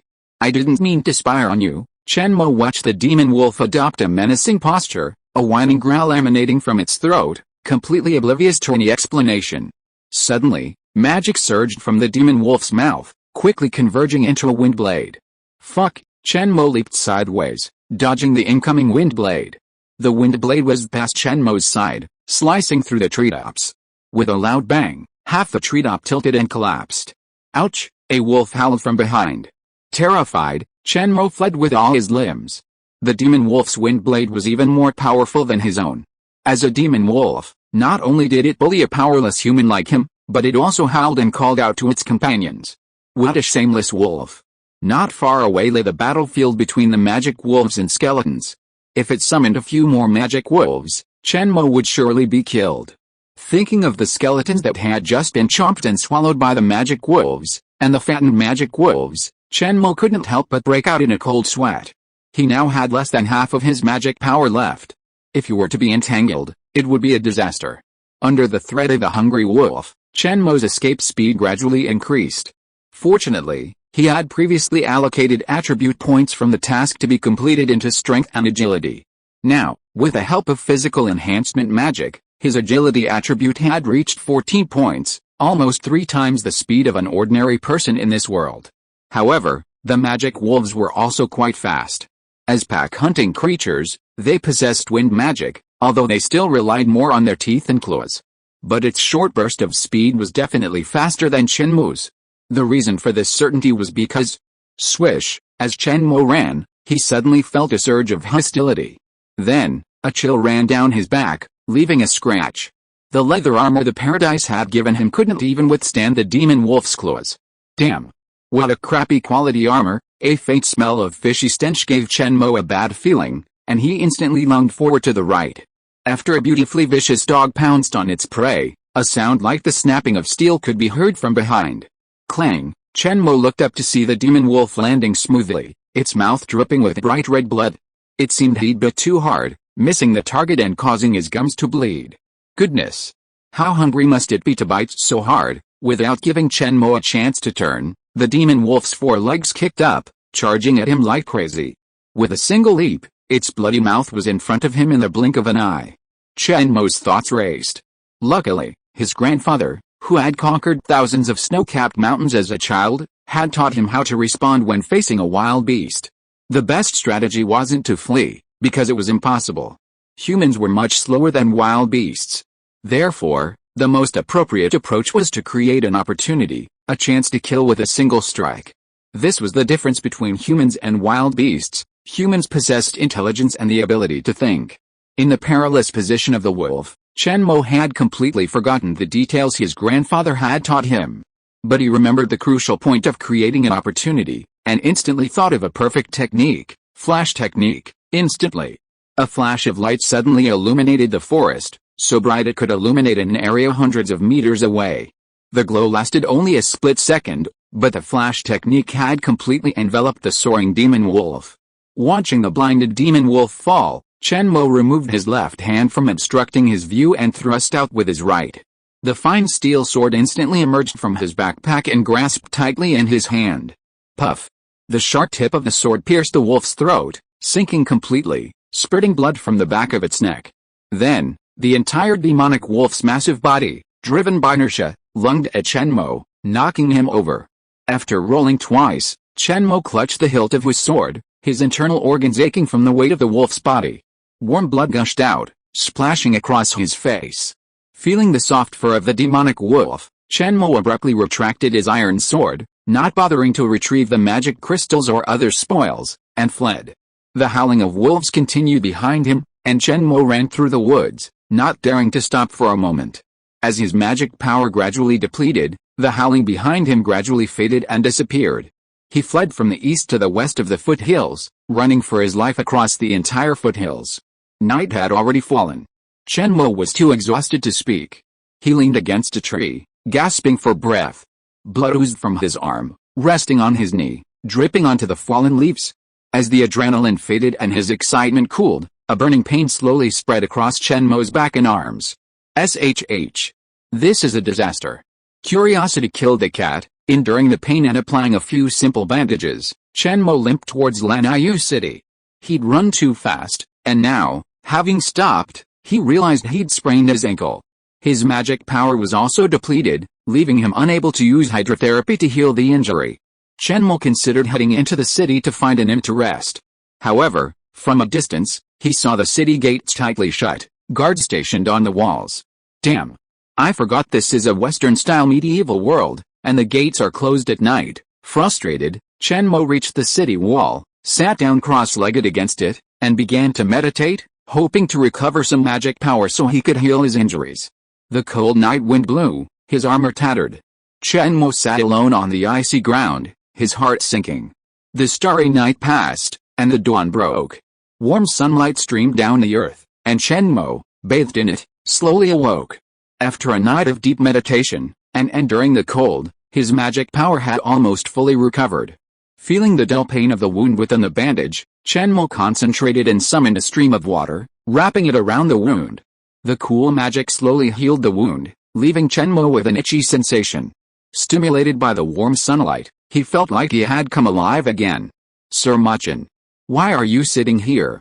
Are you undergoing some special training? The Davari clan, about to go hunting with their team of cosplayers, were eager to spend the entire day with him, striving to maximize the wandering mage's favorability. Unexpectedly, upon leaving the house, he encountered the wandering mage he had been longing for, sitting like a beggar at the base of the city wall. It looked as if he'd been in a thrilling battle. His refined leather armor was tattered. Chen Mo slowly exhaled, then looked back at his small leek field and said in a deep voice, "I'm fine. I just ran into some trouble last night while exploring the depths of the foothills." "Oh, and go get the handsome guy, our way, and the others. I have something to tell you." Xiao Da looked at the wandering mage, who hadn't answered the question, with a somewhat cold tone. He couldn't help but wonder what had happened to him last night that made him start to comfort himself. He had been careless for not immediately addressing his injuries. Sure enough, he'd been so complacent lately that he'd forgotten the 18 rules of the tiger-licking strategy. The thought filled Xiao Da with regret, but then he realized it wasn't too late to mend the fence after the sheep had been lost. He knew he could definitely restore his favorability by licking more, so he said with a smile, "Okay. Master Majin, I'll have someone notify those shamets right away. Xiaoyan, come and help Master Machin clean his wounds." While making these arrangements with a serious expression, Davari privately began to furiously chat in the team chat. He told the people who were going to look for the shamets to go half an hour later, and had Xiaoyan, the Tifa cosplayer, use her honey trap to see if she could extract any information from the NPCs. He was deeply curious about what had happened to this wandering mage last night. Who knew it might be a hidden quest that hadn't been touched before? Under the gentle care of beautiful cosplayers like Tifa, Aerith, Miss 2B, and Diva, Chen Mo fell into a gentle embrace, chatting with them about his perilous encounters the previous night. Chapter 11, The Glorious City of the Past. That's roughly what happened. There might be a territory war going on over there, and it's very likely to spread to the foothills of the gloom. So we have to change our hunting area in advance. It happened that I was just about to entrust you to collect some information about the abandoned city. Chen Mo looked at the extremely excited leek seedlings in front of him, and he suddenly felt something was wrong. Are these guys going to get involved in the territory war between the magic wolves and skeletons? If they go, they will probably become the backup food for the magic wolves. If they chew too many bones, they can eat meat to get rid of the fishy smell. This is not conducive to his hunting trial. We have to persuade these fools. Ahem. Comrades, handsome boys and girls. Please don't expect too much from the territory war between the magic wolves and skeletons. With your current strength, you can't get involved. If you rashly join in, there is only one way to die. Moreover, I won't be going there in the short term. I still ask all the warm-hearted adventurers to follow me to the abandoned city. Chen Mo's words were ostensibly a warning to the players. Your strength was too low, and you would only get killed if you went. It would be better to follow me to the abandoned city. At least there would be a quest to complete, and you could get some basic living allowance. But the hidden meaning was, don't be ungrateful, or I'll cancel your quest and wipe out all the favorability you've worked so hard to build. After Chen Mo's earnest persuasion, this group of losers reluctantly gave up the idea of getting involved in the territory war and turned around to head for the abandoned city, more than 10 kilometers outside of Lanayu City. With the help of Tifa and 2D, Chen Mo and several beautiful cosplayers boarded the carriage that Xiao Da had hired in the city. After all, A distance of more than 10 kilometers would take a long time to walk. That group of Shamit, slashing Matt? Those handsome guys were different. They directly rented a batch of ostriches and sat on their backs, using them as horses. Although the locals call the ostrich a chocabo, in Chen Mo's opinion, that round body and long, thin neck, isn't it an ostrich? But this is not what Chen Mo cares about. He is busy discussing his ideals in life with several beautiful cosplayers. The carriage is shaking, and some physical contact is inevitable, which makes the atmosphere of the conversation in the carriage more pleasant. As the convoy passed by, dust and smoke rolled on the road. An hour later, they arrived at the abandoned city of Karim. Sir Mo Chen, we have arrived at our destination. This is the abandoned city of Karim. Chen Mo lifted the curtain of the carriage, and what came into view was a dilapidated city. Lush vegetation grew haphazardly, moss spread everywhere, and vines crawled over the ruins. The once prosperous city of Holy Light was now just a deserted ruin. If it weren't for the many goblins gathered here, Chen Mo would never have come here. Unlike the fresh, oxygen-rich air of the forest, the air in Karim was faintly filled with wisps of ash, giving it a sense of decay. The reason for this phenomenon can be traced back to the undead disaster 100 years ago. Of course, this is all in the past, and Chen Mo has no knowledge of this history. Davri, my dear friend. You helped me gather intelligence on Karim before. How is the situation now? Chen Mo looked at Davari calmly, his eyes full of inquiry, but it gave people the feeling that it was more than just a simple inquiry. Davari was a little uneasy at being looked at, and after a pause, he said, Ahem. Lord Mo Chen, we have collected a lot of intelligence before setting off. Next, we will set up a temporary camp outside the abandoned city. I will explain it to you in detail, and others also need to hear this information. A makeshift camp was quickly established, consisting of just a few ordinary tents. Afterward, everyone gathered around the campfire, listening attentively as Davari explained the situation surrounding the abandoned city. 100 years ago, a meteorite crashed near the city of Karim, creating a massive basin spanning over 10 kilometers. The then Archbishop of the Karim Church quickly dispatched personnel to locate the meteorite. Upon seeing it with his own eyes, he discovered that it was no ordinary meteorite, but rather a star core, the product of the massive collapsing condensation of a dying star. Given its preciousness, equivalent to a legendary magical weapon, the long-weakened Wind Kite royal family was undoubtedly eager to possess it. Simply by enlisting a master blacksmith to forge it into a weapon, the Wind Kite kingdom would possess a treasured treasure. The city lord at the time declared the star core's ownership, intending to claim it for the Wind Kite royal family. However, the archbishop, a devotee of the highest deity in the kingdom of the gods, pledged to dedicate the core to his own deity, the god of light and truth. Someone, unknown, leaked the news, but countless dark forces learned of the star core's fall to Karim city. That night, countless ripples of space-time rippled through Karim, and countless forces of chaos and evil swarmed to seize the star core. Among those vying for it was a 9th-rank necromancer, whose arrival instantly connected him to the undead world, unleashing a scourge of undead that destroyed the entire city of Karim. That night, corpses littered the land, and hundreds of demons roamed the night. However, the star core ultimately vanished without a trace, leaving only rumors that the Fingian royal family had stumbled upon an incredibly powerful weapon. Even more bizarre, within a year of acquiring that powerful weapon, the Fingian royal family mysteriously lost it, leaving it a century-old unsolved mystery. While this historical legend sounded quite intriguing, Chen Mo couldn't help but wonder, what the hell does this have to do with the goblin intelligence I asked you to gather? Ahem. Davari, you're right. But first, I'd like to get some information about the goblins here. Half an hour later, Chen Mo began to go deep into the ruins of Karim City in person to collect intelligence on the goblin tribe entrenched here. According to the requirements of the trial mission, Chen Mo needs to kill the Goblin King here, Black Fang, alone. That is a lord-level monster with extremely powerful strength, and Chen Mo is just an ordinary street mage who has to stand for 3 seconds before casting a spell. With this strength, it is undoubtedly courting death to challenge Black Fang one-on-one.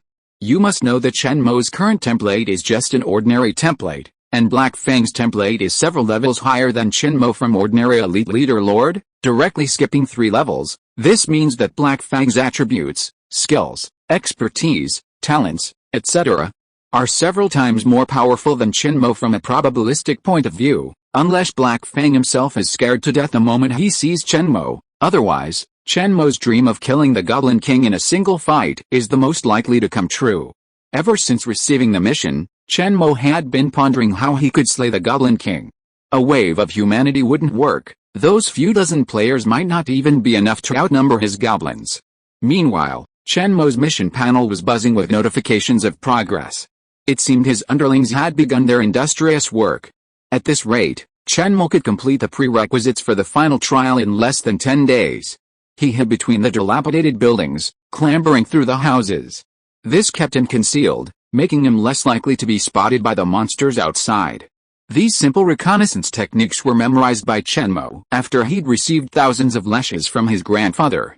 Suddenly, out of the corner of his eye, Chen Mo caught sight of a goblin patrol appearing outside the window.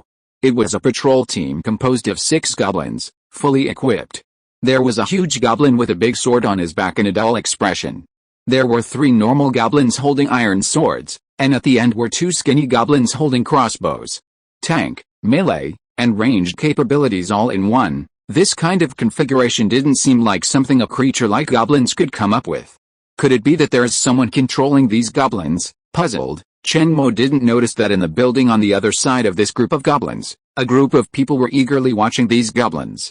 In their eyes, those ugly monsters seemed to have become some precious and rare things. 3,000 experience points for 1, 18,000 for 6. We're rich. Brothers. Charge. Kill them. Chapter 12 First Confrontation. Identification. Name, Strong Goblin. Elite. Rank, Level 1, Elementary. HP. 280. Strength. 15. Agility. 6. Constitution. 14. Intelligence. 3. Charisma. 1. Skills, Strong, Blunt Weapon Mastery, Berserk, Tough Skin.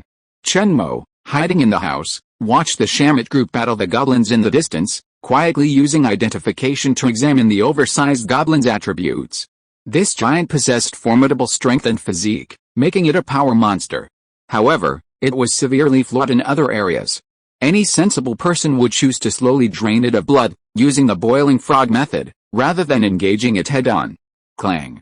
The 2 great swords suddenly collided, sending out dazzling sparks. After a brief struggle, the human side, exhausted, leaped back, gaining distance. Ha ha ha. Come again. Crazy knife away, will cut you down today. Watch out. 9 heavens thunder slash. Hearing that incredibly childish shout, Chen Mo wanted to cover his face and sigh. What the hell had he gotten? Where was this guy's brain? He rushed forward and was knocked back several meters by a goblin's stick. He kept fighting it and refused to let anyone help. Chen Mo really wanted to fire a massive fireball at Handsome Wei to make him reflect. A team of a dozen people was actually on par with a patrol squad of 6 goblins. If they hadn't seen it with their own eyes, others would have thought they were under siege by dozens of goblins. Such passionate and heroic words really made Chen Mo speechless. Sighing, Chen Mo quietly climbed to the roof of the ruins. Bang! A blazing fireball exploded in the midst of the goblins, instantly engulfing 3 goblins that hadn't managed to dodge, the largest one among them. Chen Mo ignored the roars emanating from the flames, continuing to stand on the rooftop, focusing his wind blade magic. The incredibly sharp crescent moon darted forward, crashing into the goblin formation in the blink of an eye. An unlucky creature, unable to dodge, was instantly torn apart and slain by the wind blade slash. Handsome Wei's face sank, and he was about to angrily rebuke the intruder for meddling and ruining his fun, but when he saw Chen Mo slowly approaching, he could only hold back his anger, his face flushing. Seeing the remaining monsters unthreatening, a dozen handsome men and women raised their swords and hacked away at the struggling goblins.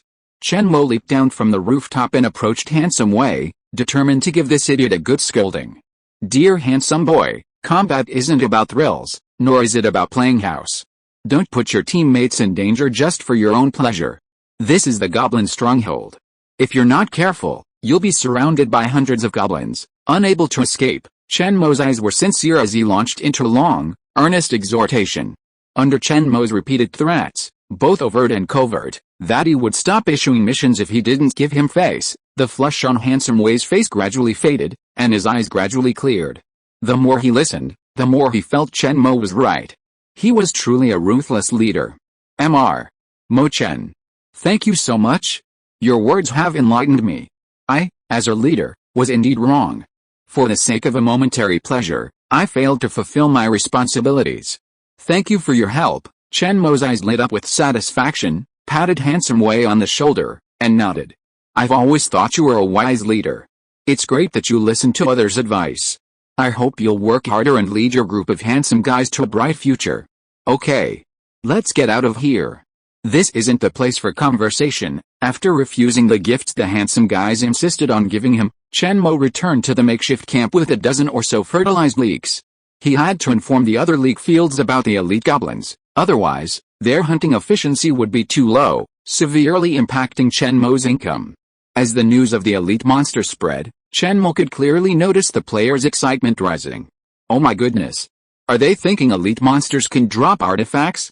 However, with the trial quest progress rapidly increasing, Chen Mo didn't care about the mischief of these young leeks. It was good to become a hardcore player, so he wouldn't have to supervise them every day. That night, the makeshift camp was bustling with activity, with many players drinking and chatting, telling stories about how many goblins they had killed that day, how much silver they had earned, and how much free favorability they had gained. Chen Mo was alone, quietly looking at the roof of the cathedral in the distance. There seemed to be something strange in that place, as if a terrifying atmosphere was spreading. Looking back at the players who were laughing and playing, Chen Mo suddenly felt that this camp was not safe. He should find a tree and stay on it tonight. Soon, Chen Mo found a big tree with an excellent view. After climbing up the branch nimbly, Chen Mo leaned against the trunk, and was about to close his eyes and rest. Suddenly, a sound of flowing water came from below. Chen Mo looked down and saw that the handsome boy Wei was shaking all over and putting away the tools he had used. The eyes of both parties met at this moment, and both of them were stunned. A gust of evening breeze blew by, and the handsome Wei shivered with cold. He quickly pulled up his pants and said with a drunken smile, "Lord Machin, it's you. Come P2. Do you like climbing trees to P? Is it more comfortable up there? I'll give it a try next time." The veins on Chen Mo's clenched fists bulged, and countless alpacas raced through his mind. One more time, 3 more times. Fuck! With a low curse, Chen Mo decisively jumped down from the tree and headed deeper into the woods without looking back. The tree he'd been searching for so long was no longer clean, he couldn't keep it. As the campfire gradually died, the makeshift camp slowly fell into darkness. Only a few people remained, the others vanishing. Chen Mo then realized that while players like him could enter and exit the Black Abyss Paradise freely, if he went there, there would be a time limit. Resentment +1. This newly sour Chen Mo couldn't sleep at all, forced to help the leeks keep watch. Staring blankly at the night sky, Chen Mo couldn't help but recall his days in the countryside. Back then, after training, he'd sprawled on a bamboo chair, his grandfather fanning him and recounting stories. Once, while his grandfather was stationed at a camp with the Legion, the night sky suddenly lit up with tiny red sparks. The scene was identical to what he was witnessing now. Holy crap, countless arrows, laced with flaming kerosene, rained down like a hail of arrows, showering the players' makeshift camp. Instantly, every tent ignited, the camp erupting in flames, illuminating the night sky with a crimson glow and a wave of heat. Suddenly, countless densely packed red eyes appeared in the darkness outside the camp. Goblins, each clutching an iron sword and a club, slowly emerged from the darkness. Leading the way was a black goblin, small, appearing only about 1.5 meters tall. Yet, he was sturdy and possessed an air of authority that was undeniable without even a hint of anger. Its features were barely visible in the moonlight, but the silver spirit grasp was striking. With a swipe of its spear, countless goblins burst from the shadows behind it, roaring and charging into the makeshift camp, hacking down the drunken players. After a chaotic commotion, only ruins remained. Chen Mo swallowed and cast an identify spell on the leading black goblin. Monster name, Goblin Lord Blackfang, Lord, level, advanced level 1. Health, Strength, Agility, Constitution, Intelligence, 20. Charisma, 15. Skills 1. Spear Mastery, Core Passive. Skill 2. Strength, increases health by 500. Skill 3. Agility, increases attack speed by 30%, movement speed by 30%, and reaction speed by 30%. Skill 4. Intimidation, Skill 5. Lord's Authority, each additional goblin in the territory increases the main body's strength by 0.1, agility by 0.1, and Constitution by 0.1. Skill 9. Death Throw. Throw the spear with mighty force, dealing 300 piercing damage to the first target in its path. The damage dealt to subsequent targets decreases by 50 points each time, up to a maximum of 6 targets. Skill 10. Death Sacrifice. Ultimate ability? Perhaps it was the subtle magical fluctuations emitted by Chen Mo's identification spell that caused the Goblin Lord in the distance to turn and stare intently at the woods where Chen Mo stood. The claws gripping the spear clattered, as if at the slightest sign of trouble, it was about to unleash some powerful attack, bombarding the stealthy forest ahead. Suddenly, a wolf howl echoed in the distance. AWW, collect and recommend reading to get a free TIFA. Get a free goblin. Chapter 13 Despicable Humans. Chen Mo leaned against a tree trunk, his forehead covered in sweat. Only when the wolf howled did the terrifying gaze gradually shift away. No longer feeling the deadly gaze, Chen Mo finally relaxed and let out a long breath. Then, he quietly leaned over and peered out to observe. By then, the goblin group had vanished into darkness. Intermittent wolf howls continued to echo from the distant sky. The goblins seemed to be heading in the direction of the howling. Could it be that they were just passing through tonight? Wiping his sweat off his forehead, Chen Mo turned to look at the makeshift camp. A raging fire blazed there, sending waves of heat billowing and black smoke rising into the sky. Fortunately, he had the foresight to not stay and rest. The camp, set up less than a day earlier, was completely reduced to ash, leaving nothing behind. He didn't have the ability to resurrect, unlike the players who hadn't yet entered the judge trial. Death could be revived, but only with the loss of some memories. Life was more important than partial memories. He wondered what the poor losers would think of this scene. After a pause, Chen Mo decided his current position wasn't safe. He'd better get further away. If the goblins turned and attacked, he'd be completely finished. Just as he was about to climb down the tree, he heard sporadic noises from below. Chen Mo looked down, his forehead veins bulging as countless crows flew overhead. Damn it! You're just a skeleton, what the hell are you doing? You have the right to yell. You're never going to stop? Furious, Chen Mo clutched his iron sword and slammed it down at the skeleton, smashing the stunned creature to pieces. The skeleton was merely following some old habits and instincts. It involuntarily walked to the base of a tree, holding a piece of cartilage in both hands, reminiscing about the past. The skeleton remained puzzled until its soul fire died. How could this human be so shameless? Not only did they peek, but they also wanted to kill them all. Humans truly are despicable creatures. The next morning, the two elite teams arrived on time. With a flash of white light, they excitedly prepared to continue their efforts and spend the entire day playing. However, the camp they saw before them was no longer the campsite of last night's laughter and joy. The tent poles still held a few embers, emitting residual heat. The scene, resembling a fire-ravaged ruin, left all the players stunned. What? Where's our camp? Where's the people left behind? Holy crap! Could it be that Master Mo Chen has also been? For a moment, the player group was in a state of chaos, with countless speculations and discussions swirling around. Everyone looked at each other, bewildered. Finally, with a wave of his hand, Handsome Wei ordered everyone to disperse and search for a living person to understand the situation. Ahem. Stop looking. I'm here. I guess everyone else is gone. After seeing the players come online, Chen Mo emerged from the forest. Last night's thrilling experience had left him sleepless, and now, with dark circles under his eyes and a tired face, he could only explain to the players. Seeing Chen Mo in such a state, Divari thought to himself, could it be? Another hidden story mission happened last night? Damn. I missed it again. While appearing to be concerned, he inquired about Chen Mo's well-being. Sir Machin. Are you alright? Why do you look so haggard? What happened last night? Chen Mo waved his hand, then turned and walked towards the woods, motioning for the players to follow. Once inside, Chen Mo felt a sense of security, and he slowly recounted the sudden attack on the camp by hundreds of goblins. Here's what happened. I was resting far away from the camp last night, in the distant forest, so I wasn't discovered. The promising young men who stayed behind were probably killed, and I blame myself for not having the courage to rescue them. Thankfully, you possess the power of resurrection, otherwise, I would have blamed myself for the rest of my life, wallowing in guilt. With that, Chen Mo lowered his head, hiding his expression from the others, and squeezed his eyes hard, hoping to force a few tears to compensate for his inherently poor acting skills. Sir Machin, please don't blame yourself too much. We players have the ability to resurrect, they're simply unable to return for a short period. The most important thing now is to find a way to deal with these goblins.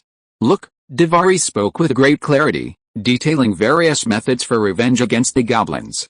His brilliant speech immediately drew the support of the others. He looked like he was poised to take the lead. As usual, Chen Mo assigned the players repetitive tasks and then let them go hunting. However, he kept Divari behind.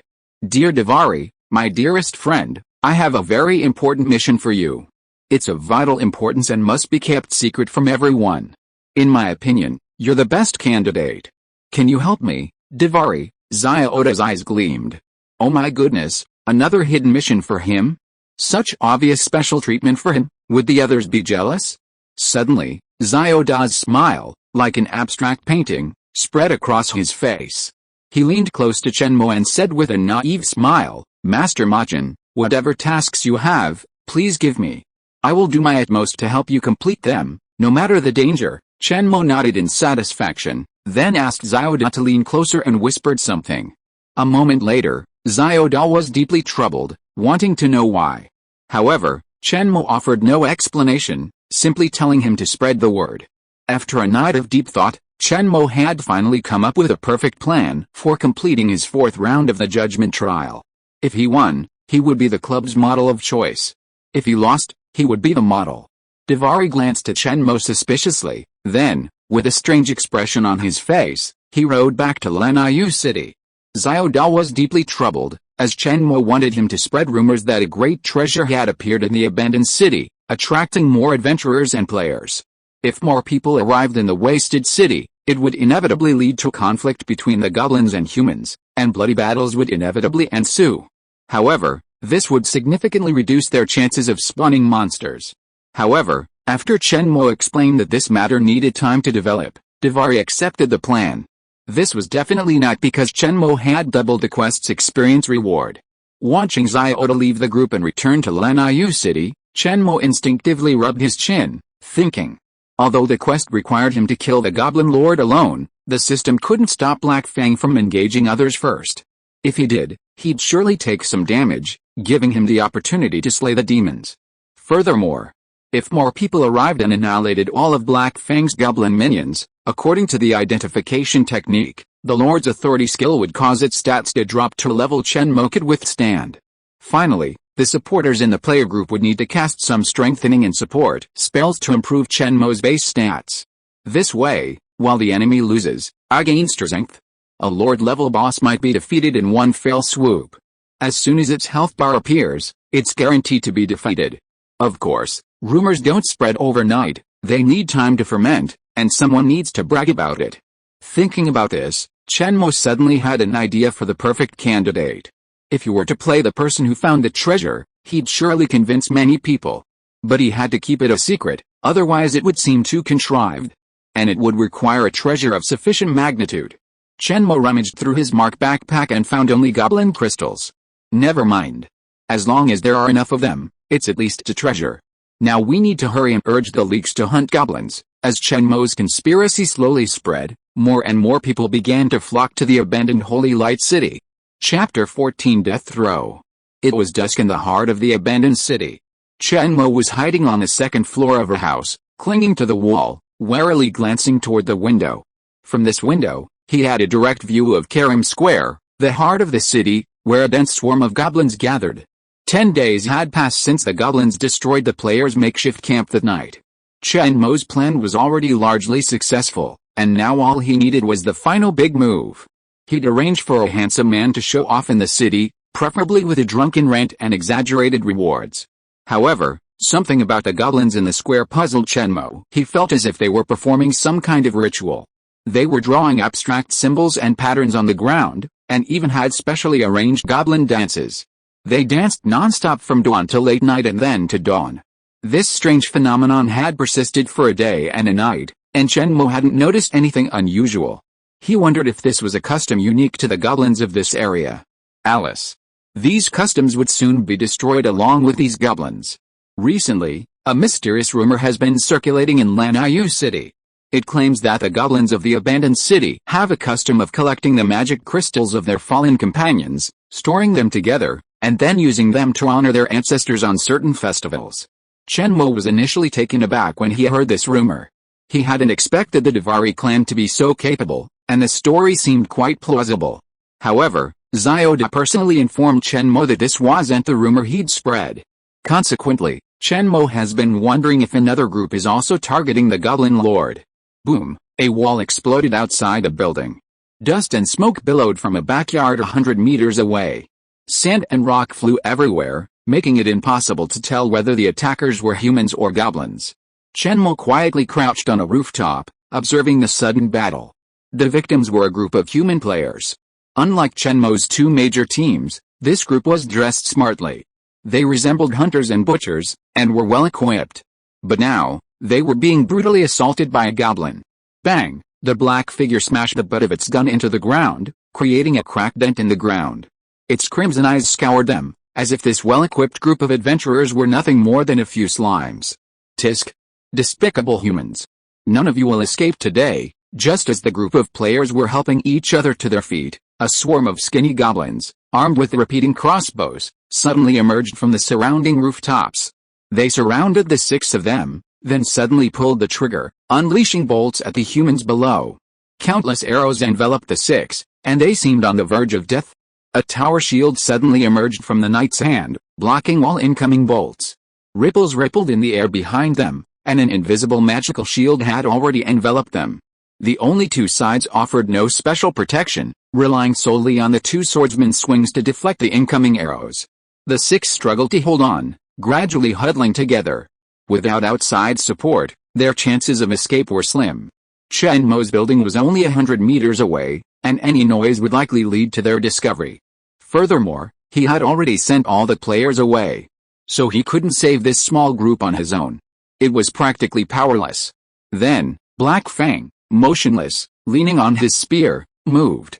As the six players huddled together, unable to move, Black Fang slowly walked several dozen meters away.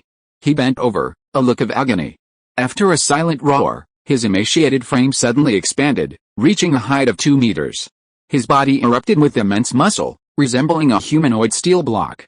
He grasped his spear with one hand, leaned forward slightly, gathering strength, and launched it with a swift thrust. The spear shot out like thunder, reaching the tower shield in the blink of an eye. The six behind the shield were unaware, but Chen Mo's heart leaped to his throat. Clang!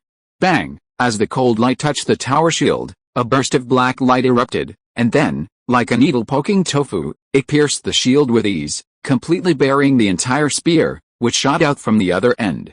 A silver spear emerged from the other end of the group, carrying the body of the last man with it, and slammed into the wall, collapsing the entire unfinished building. The 5 people in front stared in astonishment at the huge hole in their stomachs. Then, their life force completely dissipated, and their bodies gradually disintegrated into countless particles of light, disappearing in the wind. Black Fang slowly walked towards the ruins, towards the spear embedded in it. The moment it grasped the spear, a small portion of the light particles transformed by the players were absorbed into its body. 100 meters away, Chen Mo sighed. Wow! This guy is really dangerous. I wonder if he can still fight after his attributes have been reduced, he sighed, lowering his head to consider the feasibility of his plan. After watching the performance, Chen Mo began to doubt whether he had the strength to challenge such a formidable boss. That spear was a bit too outrageous. It could pierce such a thick tower shield, and even impale 6 people in a row. It would definitely leave a psychological scar, wouldn't it? Thinking of this, Chen Mo couldn't help but want to take another look at the Black Goblin. Just as Chen Mo raised his eyes, a flash of cold light shot out from 100 meters away. Boom! The 2-story building Chen Mo was in collapsed instantly under the impact of the spear, and smoke and dust billowed out. A few seconds later, a dark blue sphere suddenly burst out from the collapsed rubble and rushed into the distance. Chen Mo, who narrowly avoided the impact by turning his head, now had his left face covered in indentations and blood, and the left side of his body gradually became numb, losing most of his feeling. The spear, which could penetrate the tower shield, was so powerful that he hadn't even reacted. The powerful force of the spear exploded, blowing him away and burying him under the rubble. Had he not decisively released the absolute sphere, he would have never survived the crushing weight of the collapsing buildings. For now, Chen Mo was preoccupied with escaping. He couldn't fight the Goblin Lord until he was weakened enough. "Ayo how!" A continuous roar echoed from behind him, accompanied by a flurry of arrows, and the ground began to faintly tremble. Chen Mo had already run 100 meters away and was about to turn and hide in an alley, thereby disappearing from the enemy's side and facilitating his escape. Unexpectedly, the absolute sphere behind him struck him like a battering ram. Bang! The dark blue sphere enveloping Chen Mo instantly vanished, plowing a trench over 100 meters long. Puff! Ugh! The absolute sphere disintegrated into countless particles of light, exposing Chen Mo half kneeling on the ground, a mouthful of blood welled up in his throat. Unable to hold it back any longer, Chen Mo spat it out. He didn't dare look back. He immediately turned into a side alley, slipped between the houses, and vanished from the goblin's sight. Black Fang reached the side of the second explosion, leaned over, and picked up the silver spear, a thoughtful look in his eyes. This human had actually managed to block its death throw. What on earth was that arc blue shield? Even its magic-breaking spear was powerless. Seeing the little mouse vanish, Black Fang casually waved his spear twice and returned to the square. He had no time to continue playing hide-and-seek with the two-legged beast. The demonic wolf forces next door were eager to encroach on his territory. Unfazed by their madness, they repeatedly tested his limits. Furthermore, undead creatures had appeared in his territory, the abandoned city. Compared to the skeletons that brought the power of death, the humans seemed vulnerable. Even so, these humans had caused him considerable trouble, significantly reducing his forces. Black Fang snorted coldly, leaning on his spear, his face gloomy as he stared silently at the center of the square. There, hundreds of goblins were busy setting up an elaborate altar. HMPH. When the sacrifice is successful, you will all die. Starry night, outside the abandoned city. Chen Mo stumbled and struggled to a safe haven where players had gathered temporarily. After seeing a familiar face, he finally lost his strength and fell to the ground, unconscious. If you are listening to this novel on a channel other than Fanfic World, it means it was downloaded and re-uploaded without effort. We warmly invite you to visit our channel, Fanfic World. There you will find the original version of this story and many other novels of various genres. We look forward to seeing you dive into a world of incredible novels. Chapter 15, Fanning the Enemy. As his consciousness gradually regained consciousness, Chen Mo saw the narrow tent ceiling. Just as he tried to stand, a sharp pain shot through his left side. The nerve-wracking pain sent Chen Mo trembling uncontrollably. After a long pause, Chen Mo exhaled, the suppressed anger and memories from before his coma gradually resurfacing. Master Majin, you're awake. How are you feeling? Are you feeling any discomfort? The player, Xiaoyan, was still dressed as Tifa, evidently a fan of the game character. Carrying a basin of water, she pulled aside the tent curtains, only to see Chen Mo, his eyes wide open, like a dead fish. Hastily setting the basin aside, Tifa gently helped Chen Mo sit up, propping him up with a pillow for backrest. Seeing Chen Mo's tears streaming down his face, his expression agonized, Tifa's maternal glow suddenly ignited. She quickly scooped Chen Mo up, cradling him in her arms, patting his back repeatedly and soothing him, "Be good. Don't cry, don't cry." Nestled in the gentle embrace of his lover, Chen Mo felt like crying, unable to, yet a pang of pain tinged with pleasure. His entire body was numb, his tongue trembling with pain, and he couldn't even stammer, only blinking slightly. Xiaoyan, who had come to care for him, inexplicably began to help him sit up. It wouldn't have been a big deal if she hadn't helped him. But once she did, her soft hands touched Chen Mo's left side, like a rake, plowing back and forth across the severely burned skin. The energy aftershocks from Black Fang's shot had caused severe collateral damage to Chen Mo's body, leaving him feeling as if his left side had been severely burned. Even in this state, Tifa helped him up, then suddenly hugged him, patting his injured left back. Who could withstand this? Who could not burst into tears? Of course, I can't go into detail about the facial cleanser incident. It can be summed up in one sentence: a world of ice and fire. Xiaoyun, what are you doing? Let him go. I'm going to find a temple priest to treat Lord Mo Chen's injuries. The Davari clan had hired a priest from the temple in Lanayu City and was about to bring him in to treat Chen Mo. But when he pulled back the tent curtain, he saw his girlfriend, cradling an NPC in her arms, coaxing Mo Chen like a baby, like a new mother. For a moment, he laughed with rage, then felt a touch of sadness and anger. His expression shifted several times before he finally managed to calm down. Chen Mo, helpless, could only blink, acknowledging that he, too, was an innocent victim. Half an hour later, Chen Mo stood outside the tent, saying goodbye to the priest. "Be careful on the road, Reverend Reed. There are goblins aplenty on this route. Don't get stuck. May God bless you, brave adventurer.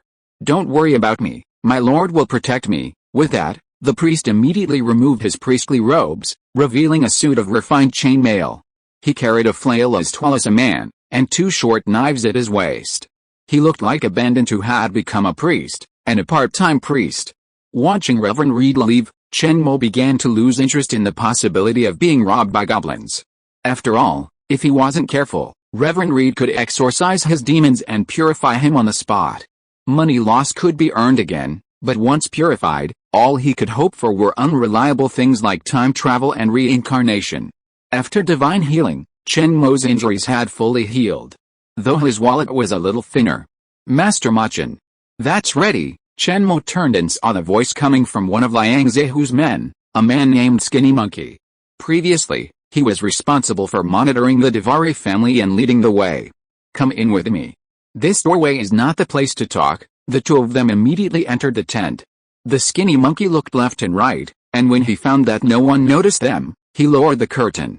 Turning around, he saw the wandering mage Mo Chen, who threw 2 bags, one large and one small, at him. "Put the large one in a box and bury it in that place. The small one is a bonus for you." After saying this, Chen Mo casually pulled out the fine steel sword, placed it flat on his knees, and gently wiped it with a clean white cloth. The sword blade was shiny white, reflecting the Skinny Monkey's slightly nervous expression. Chen Mo's tone was somewhat cold as he continued, "Remember, you are not allowed to tell anyone about this, not even your boss.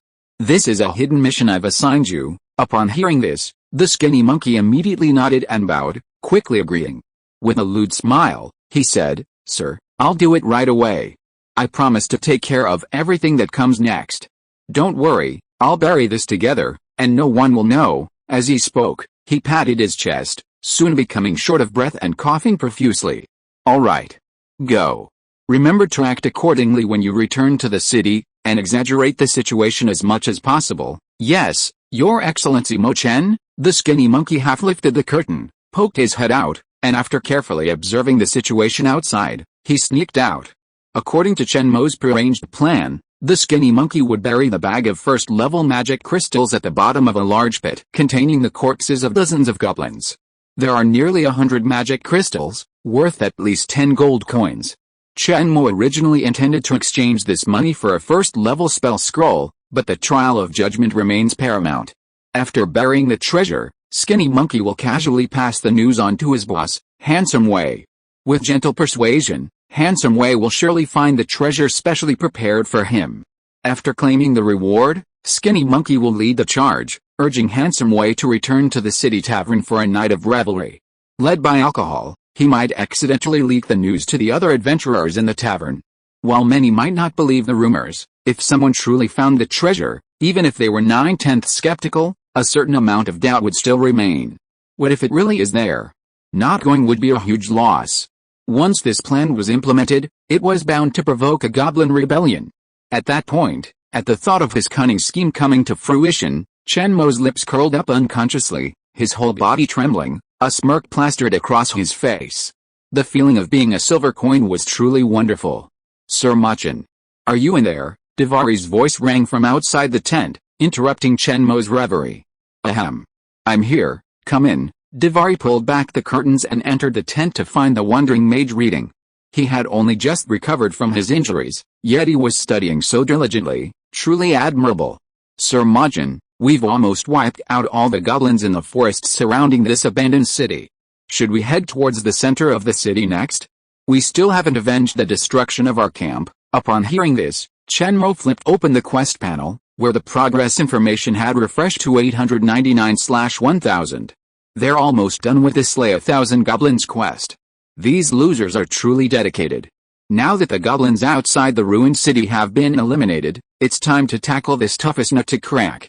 Well, be careful, and try not to get caught by that monster lord. With that, Chen Mo doubled the experience point reward for this repetitive quest, raising it from 3,000 to 6,000, quite a generous sum. Players in other regions don't have a hidden NPC like him constantly assigning quests and distributing rewards. Immediately, Chen Mo caught the unwavering determination in the other player's eyes, nodded in appreciation, and watched him leave.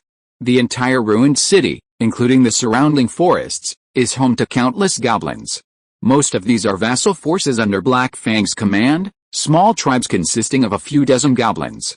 These small tribes, primarily living in the forests surrounding the ruined city, serve as Black Fang's first line of defense.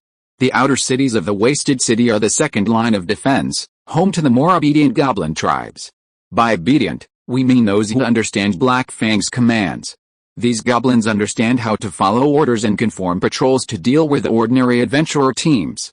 In the central square lies Black Fang's own tribe, numbering around 200 to 300. This group of goblins far surpasses other tribes in strength, with even the weakest reaching elite status. These elite goblins often join goblin patrols. Elite goblins each have their own strengths and are not as easy to deal with as ordinary monsters. Encountering unusual attributes, adventuring teams unable to cope can be annihilated. Chapter 16 Ignition. Chen Mo's recent plan was to gradually erode the enemy tribes, using a boiling frog and warm water method to drain their blood bit by bit. Once more adventurers arrived, they would be able to form a siege. Black Fang, the overlord monster, was sure to survive to the bitter end. Ordinary adventurers were no match. They could only use a large-scale human wave to wear down its health, then ultimately seek an opportunity for a one-on-one encounter. Originally, this plan seemed simple and easy, but unfortunately, Chen Mo spent 10 days just letting the rumor spread. Furthermore, the results were not very positive, and few adventure teams were interested in visiting the wasted city. The main reason was that goblins were considered weak monsters by the locals. Anyone who relentlessly hunted them would be ridiculed, perceived as lacking the courage to challenge more powerful monsters. Another factor was that the bounty on goblins was not very generous, and not every goblin condensed a magic crystal. This resulted in an unstable source of income for players. Goblins are small, agile, and social creatures, making them difficult for solo adventurers to defeat. For novice players, goblins are a literal killer. Goblins outmatch players in strength, speed, and reflexes, and the terrain can hinder inexperienced players in narrow caves. These difficult monsters, with little reward, are a waste, making them a rare resource. As long as Handsome Wei can fully demonstrate his abilities and publicize Chen Mo's plan throughout Lanyu City, a large number of adventurers will surely flock to the area. Chen Mo left the tent and ventured outside. This place was a secluded, dilapidated manor on the outskirts of the abandoned city, serving as a temporary safe haven for the players. After finding Tifa and the others, Chen Mo presented them with a bag of magic crystals and instructed them to learn some supporting skills to increase their individual strength. This would determine Chen Mo's ability to withstand Lord Blackfang's attack. Without these supporting skills, with only 10 health points, any casual attack would kill him instantly. Thank you, Lord Mo Chen. You're such a kind person. X5 caught off guard, Chen Mo received 5 good guy cards from the girls, leaving him speechless. Normally, he was the one handing out good guy cards to the players, but this time, receiving them out of nowhere, he felt a mixture of emotions. Bidding farewell to these charming girls, Chen Mo once again infiltrated the ruins alone. This time, he wasn't planning on scouting for the Overlord monster. Instead, he planned to secretly bury a number of magic crystals throughout the ruins, creating more illusions to confuse any adventurers drawn in. Along the way, Chen Mo spotted Liang Ziwei and his group, jubilantly rushing out of the ruins, seemingly having made some significant discovery. I hope everything goes well. Turning back, Chen Mo continued his journey through the ruins, hiding in the shadows, quietly cultivating a chance to survive. Night fell quietly. The howling of wolves was a common sound in the wasted city at night, and no one knew why. But after hearing it for so long, one naturally grew accustomed to it. Chen Mo was just like that. He wouldn't go out to investigate out of curiosity. It was better to be cautious at night. Bang! A loud noise echoed from afar. Looking up, several crescent moons shot into the night sky from the center of the wasted city. After shooting into the sky, they slowly dissipated into countless moonlight. The loud noise seemed to have also come from the center of the wasted city. Could it be that the Overlord monster and the demonic wolves were fighting? However, With only a few demonic wolves, it would be difficult to defeat Lord Black Fang. The level difference was so great that she couldn't make up for it with just numbers. Even Chen Mo himself could only take his time, using cunning tactics to outmaneuver it, to have a reasonable chance of success against an overlord-level monster. Don't meddle in other people's business. In self-hypnosis, Chen Mo quickly fell into a meditative state, ignoring the intermittent sounds. A silent night passed. The dawn, like a sharp sword, sliced through the thick clouds and descended upon the earth. Chen Mo twisted his aching body and leaped down from the tree. Sleeping every night while clinging to a tree was exhausting. He'd even let go in his sleep and fall from the tree. Gee. Whoosh, dozens of adventurers galloped past on horseback, kicking up clouds of dust. In the blink of an eye, they reached Chen Mo. They expertly led their horses over, tying ropes around their necks and tying the other into a tree trunk. Some even greeted Chen Mo enthusiastically. Hey. You're early, buddy. You heard about the treasure, too, Chen Mo, huh? The man smiled, but without saying anything, turned and left with his companions. Seeing these people so carefree, weren't they afraid someone would steal their horses? In those few seconds of pause, another group rushed over. Chen Mo's head ached as he thought about his somewhat underhanded plan. Had he given too much, thus igniting this fire too far? If too many people showed up, he still needed 100 goblins to complete the first part of the trial mission. Seeing more and more adventurers arriving, Chen Mo panicked and hurried towards the Devara gathering point. He couldn't slack off any longer. This was already happening, and he had personally set the pace. 3 days later, in the outer area of the wasted city, 999-1000 Chen Mo pulled his iron sword from the chest of the goblin before him, finally completing the prerequisite mission, slaying 1,000 goblins. Even though he had issued the mission, sending others to kill more than 900 of them on his behalf. But a cat that catches mice is a good cat. As long as the mission is completed, what does a few million experience points mean? The deserted wasted city had been buzzing with activity since 3 days ago. Thanks to Chen Mo's impressive maneuvers, hundreds of people arrived, outnumbering the goblins in the ruins. Over the past 3 days, some people occasionally found small piles of magic crystals among the goblin skeletons, making a fortune. Although Chen Mo was heartbroken, these magic crystals had perfectly fulfilled their value. Friction between humans and goblins was rapidly increasing, and many people frequently encountered patrolling goblin groups while digging for treasure. Seeing their neighboring groups unearthing treasure while their own came up empty-handed, these adventurers took their anger out on the goblins. After all, earning magic crystals from goblin corpses was a different method, but the result was the same. As the goblin territory rapidly shrank, Chen Mo took the opportunity to issue hunting quests to newly arrived individual players. Combined with the combat effectiveness of his 2 elite groups, he barely managed to complete the first trial. Next, it was time for Chen Mo to face the Goblin Lord alone. Everyone, please come. I have a bold idea I'd like to share with you. At this moment, in Karim Square, the heart of the abandoned city, Black Fang stood on the second floor of the cathedral, his face grim, staring intently at the human adventurers gathered outside the square. Given the sheer number of goblins in the central square, these human adventurers were hesitant to act rashly, likely waiting for more to arrive before launching an attack. The altar in the center of the square had already been built, and around it, a circle of bizarre patterns, resembling some kind of magic circle, was laid out. However, the most horrifying thing was that the square was littered with the goblin corpses, their hearts ripped out and their magic crystals missing. Black Fang's grip on his spear tightened, his entire body trembling slightly, veins popping out across his dark skin. After taking a deep breath, Lord Black Fang closed his eyes, tears of blood streaming from them, and he could only be heard mumbling to himself, his voice barely audible. My fellow goblins. There truly is no place for us goblins in this world. So-called humans, so-called goddesses, are nothing more than demons in human skin. My fellow goblins. Please follow me and begin the death sacrifice and the resurrection of the undead. Chapter 17, War Begins. Lord Machin, should we go in? The fight's about to start up ahead. Devari was a bit anxious. After all, this was a wild boss. If he managed to get the last hit, the rewards would surely be lucrative. Unfortunately, the NPC next to him was holding him back with the quest rewards. Otherwise, he would have rushed in with his adventuring group to join the fray. Who knew the boss distributed rewards based on damage contribution? Standing on Chen Mo's other side, Handsome Wei scoffed with disdain. You know nothing?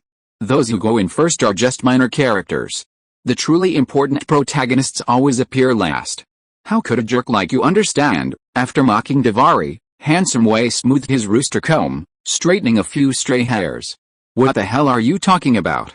You idiot, you jerk. Your whole team is jerk. Davari refused to tolerate such an injustice and immediately started cursing at the jerk. However, his lack of experience and knowledge meant he couldn't effectively harm the handsome guy. Instead, he was met with constant taunts, nearly breaking his defense. You're just a jerk. You look like a decent person, but you have no manners at all. Can you even speak? Call me handsome. Very loud. The two men kept on talking, and Chen Mo was getting annoyed. Finally, he couldn't hold it in any longer. After granting himself a physical enhancement, he decisively grabbed the two jerk-offs and dangled them in mid-air outside the building. You two. Have you had enough of the bickering? There's a fight going on downstairs. Don't delay my mission. If you delay it, the consequences will be severe. After the two men admitted their mistakes, Chen Mo carried them back inside and dumped them on the ground. The two men even made faces at each other, which made Chen Mo sigh in frustration.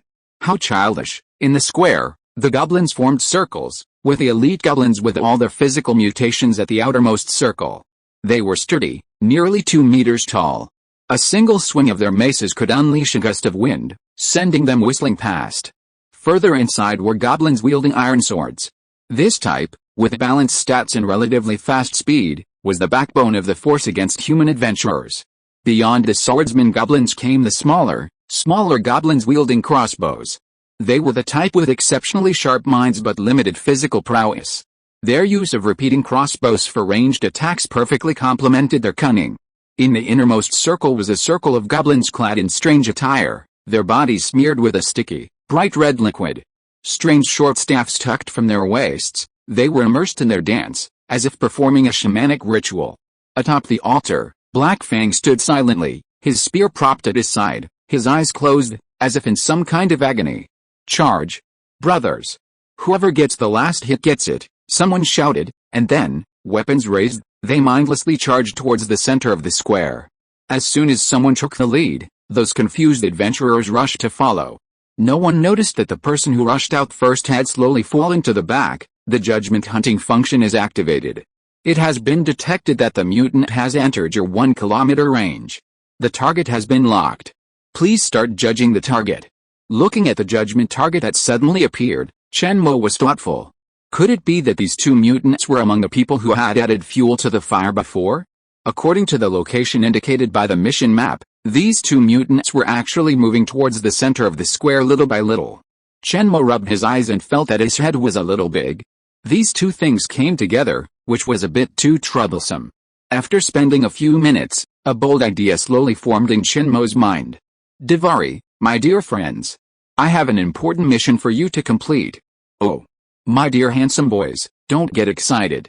You also have a very important mission that I want to entrust to you. After Chen Mo spent 10 minutes detailing the battle plan, Davari and Handsome Wei looked at each other with confusion at first, then a hint of resistance, as if they were about to refuse Chen Mo's mission. Then, because they couldn't bear to leave Chen Mo, their dear and loyal friend, they immediately accepted the mission with tears in their eyes. It was definitely not because of the hidden mission that rewarded 10,000 experience points, which doubled upon death. All they had to do was launch a surprise attack at the right time, targeting everyone present. Even if they died, they could still claim a generous reward from Chen Mo. This amount of experience points would be enough to advance to the next level. Compared to the equipment and items available in the early stages, experience points have always been the most sought-after goal for players. A simple reward of +3 experience points often makes many players happy and excited for the whole day. Furthermore, Chen Mo removed all the support players from both teams, including the cosplayer group led by Tifa and 5 female players sponsored by Chen Mo. Unexpectedly, hidden within the Shamit group was a female priestess from the Temple of Life, possessing a special ability that temporarily increased her maximum health. This stunned Chen Mo. She looked exactly like a boy, ordinary and unremarkable. Yet, she was actually a hidden mastermind. Chen Mo was forced to take out his remaining 10 or so magic crystals and give them to the mastermind as a gift in exchange for the support of this special ability. Alright. Ladies, hide beneath the wall at the edge of the square. I'll come find you later. After you've given me the support skills, you can find a chance to evacuate. I have other arrangements. See you later." After arranging the newly formed female group, Chen Mo quietly approached the two mutants. By then, the fighting in the square had reached a fever pitch. After failing to find treasure, the adventurers, having heard of the situation, set their sights on the goblin horde entrenched in the area. The newbie monsters, seemingly easy prey, proved a revelation, and many overconfident players perished under the goblins' slow-moving maces. Only the local adventurers had a keen eye. Seeing the goblins forming a coordinated attack and defense, following the military's attacking stance, they immediately took advantage of the situation and began to slink through the crowd. The wall of flesh blocked all the oncoming adventurers. The goblins in the center, iron swords in hand, maneuvered through the gaps, repeatedly stabbing the adventurers pinned down by the giant goblins. Most vexing were the scoundrels hiding in the innermost ranks. Their repeating crossbows were incredibly accurate, targeting the humans' vital points. Faced with this disadvantage, many local adventurers prepared to flee. A gentleman may love wealth, but he must be alive to take it and spend it. Dozens of natives broke free from the group of players, turning and running back. Their flight immediately inspired the others to flee as well. The previously meticulous defenses suddenly seemed like a loophole, and humans and goblins engaged in a chaotic battle. Black Fang on the altar suddenly opened his eyes and sneered at the scene. Then he placed the tip of his spear against his palm and slashed it hard, letting a stream of green-black blood slowly flow out. Black Fang slowly stroked his bleeding palm over the spear shaft, staining the silver-white spear a dark green. Roar! A roar suddenly resounded, echoing throughout the square. In the blink of an eye, the sky turned from gray to pitch black. Countless green lightning flashed through the thick clouds, like snakes of lightning, waiting to be unleashed. The Goblin Lord's roar seemed to have a frenzied effect. Every goblin in the square had red eyes, abandoned their defenses, and frantically entangled the enemies in front of them. Even those holding crossbows lost their rationality and actually used them to hit people. A strange and cold voice suddenly resounded in every human's mind. "Great King of the Undead, the ruler of death and eternal sleep, please grant death to this place, and please grant eternal life to my people. Let the souls of my people who died in battle be sacrificed, and the lives of the humans here be the source. Please awaken the dry bones sleeping in the ground, awaken the undead warriors who will never rest in peace, resurrection of the undead. Thank you Colorful Aurora for the 500 reward. You actually found me. I originally wanted to sign a contract secretly, become a god with one book, and amaze everyone." Chapter 18 Limited Time Companion. Reminder, a large-scale undead summoning ritual has been detected. Please stop it immediately. Failure to prevent this will trigger a massive undead tidal wave, Chen Mo thought to himself. Anyone knows this thing is formidable. What good is a warning like that? You might as well point out its weaknesses. Boom! The sky and earth suddenly lit up, and a bolt of lightning descended from the sky, striking the Goblin Lord, Black Fang, standing at the center of the altar.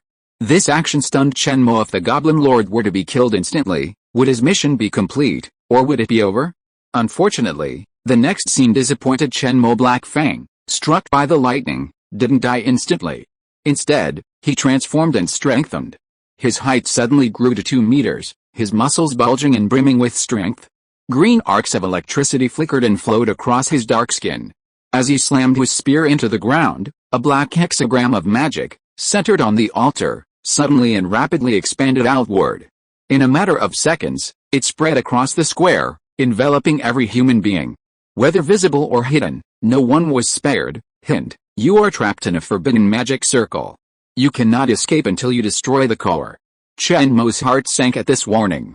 If things continued like this, he might be dead today. However, he couldn't attack first and confront the Goblin Lord. He had to eliminate all distractions. For example, the 2 mutants crouching on the rooftop before him. Chen Mo figured it was about time for them to attack. He slowly retreated several dozen meters, finding a blind spot where the enemy couldn't see him. He secretly rolled up a massive fireball.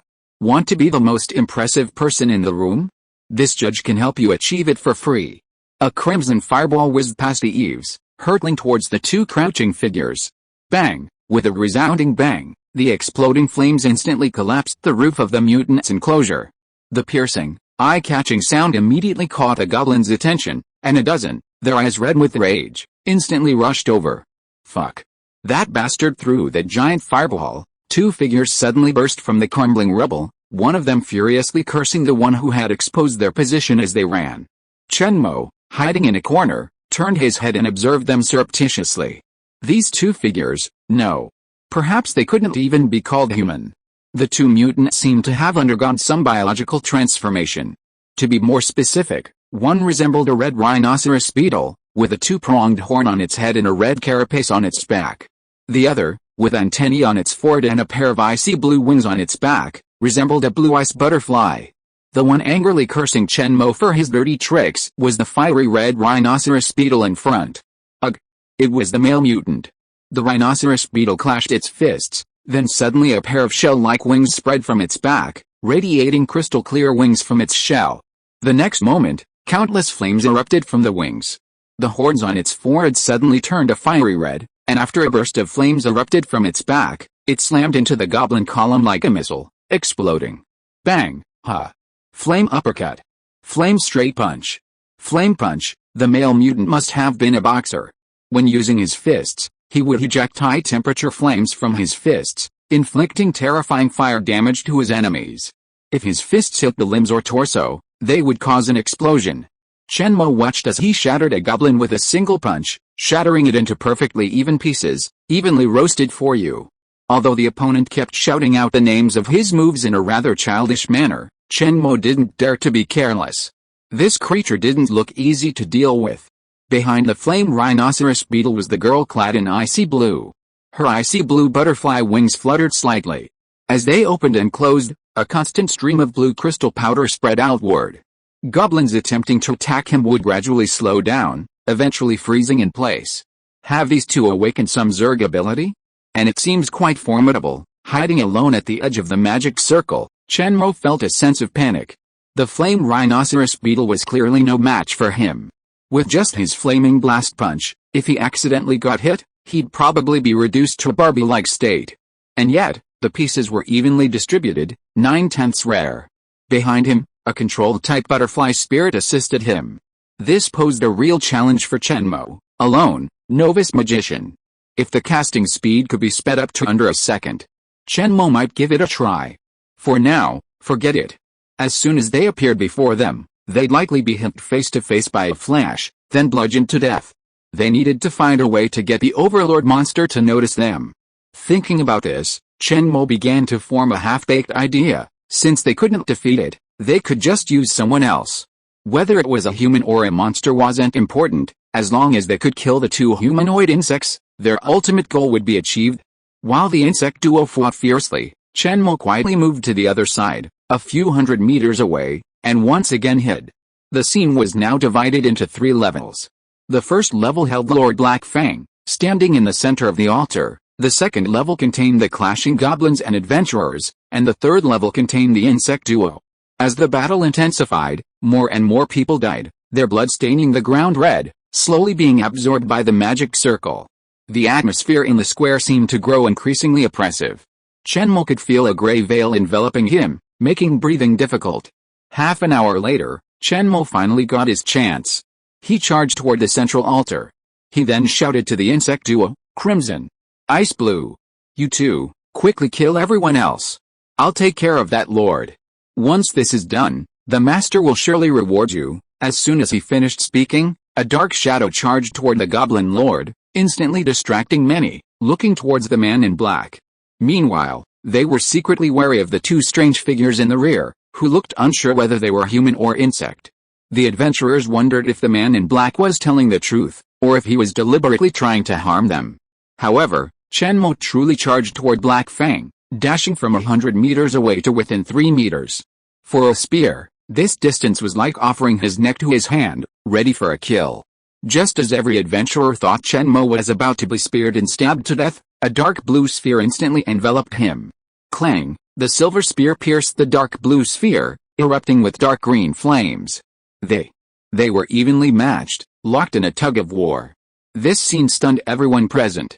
Someone could actually withstand a spear from this Lord-level boss and even have the strength to scream. How long are you two going to hide back there? Kill them now. Leave no one alive. This must not be spread, Chen Mo continued to shout, acting out his own fury. Using the overwhelming destructive power of absolute boundary, he constantly darted around Black Fang, engaging him in fierce battle. He was occasionally knocked back by Black Fang's blows, but he had successfully distracted the enemy, preventing him from continuing to perform the ritual. All of the adventurers understood at once that they were being silenced. The battle wasn't even over yet, and they were being killed to silence them. Did they think they were just pushovers? Soon, some of them broke free from the goblins and slowly moved toward the insect duo. The rhinoceros beetle known as Crimson was instantly furious, shouting in protest, "Who are you? Don't talk nonsense. We don't even know you. And stay away. Or I'll be rude." Bang! Bang! A dark blue sphere was sent flying from the altar toward the crowd. The absolute barrier slowly disintegrated, revealing a stealthy man in a black robe and hood. He berated the insect duo, "You two are such cowards. How can you be worthy of your master's cultivation? Now, I'll give you an opportunity. Kill these people and you'll have a chance to atone for your sins." Before he finished speaking, a blinding light erupted from Chen Mo's hands, instantly radiating throughout the entire area. Flash technique. The rhinoceros beetle's eyes instantly turned red, his hair standing on end in anger. He closed his eyes tightly, dodging the flash.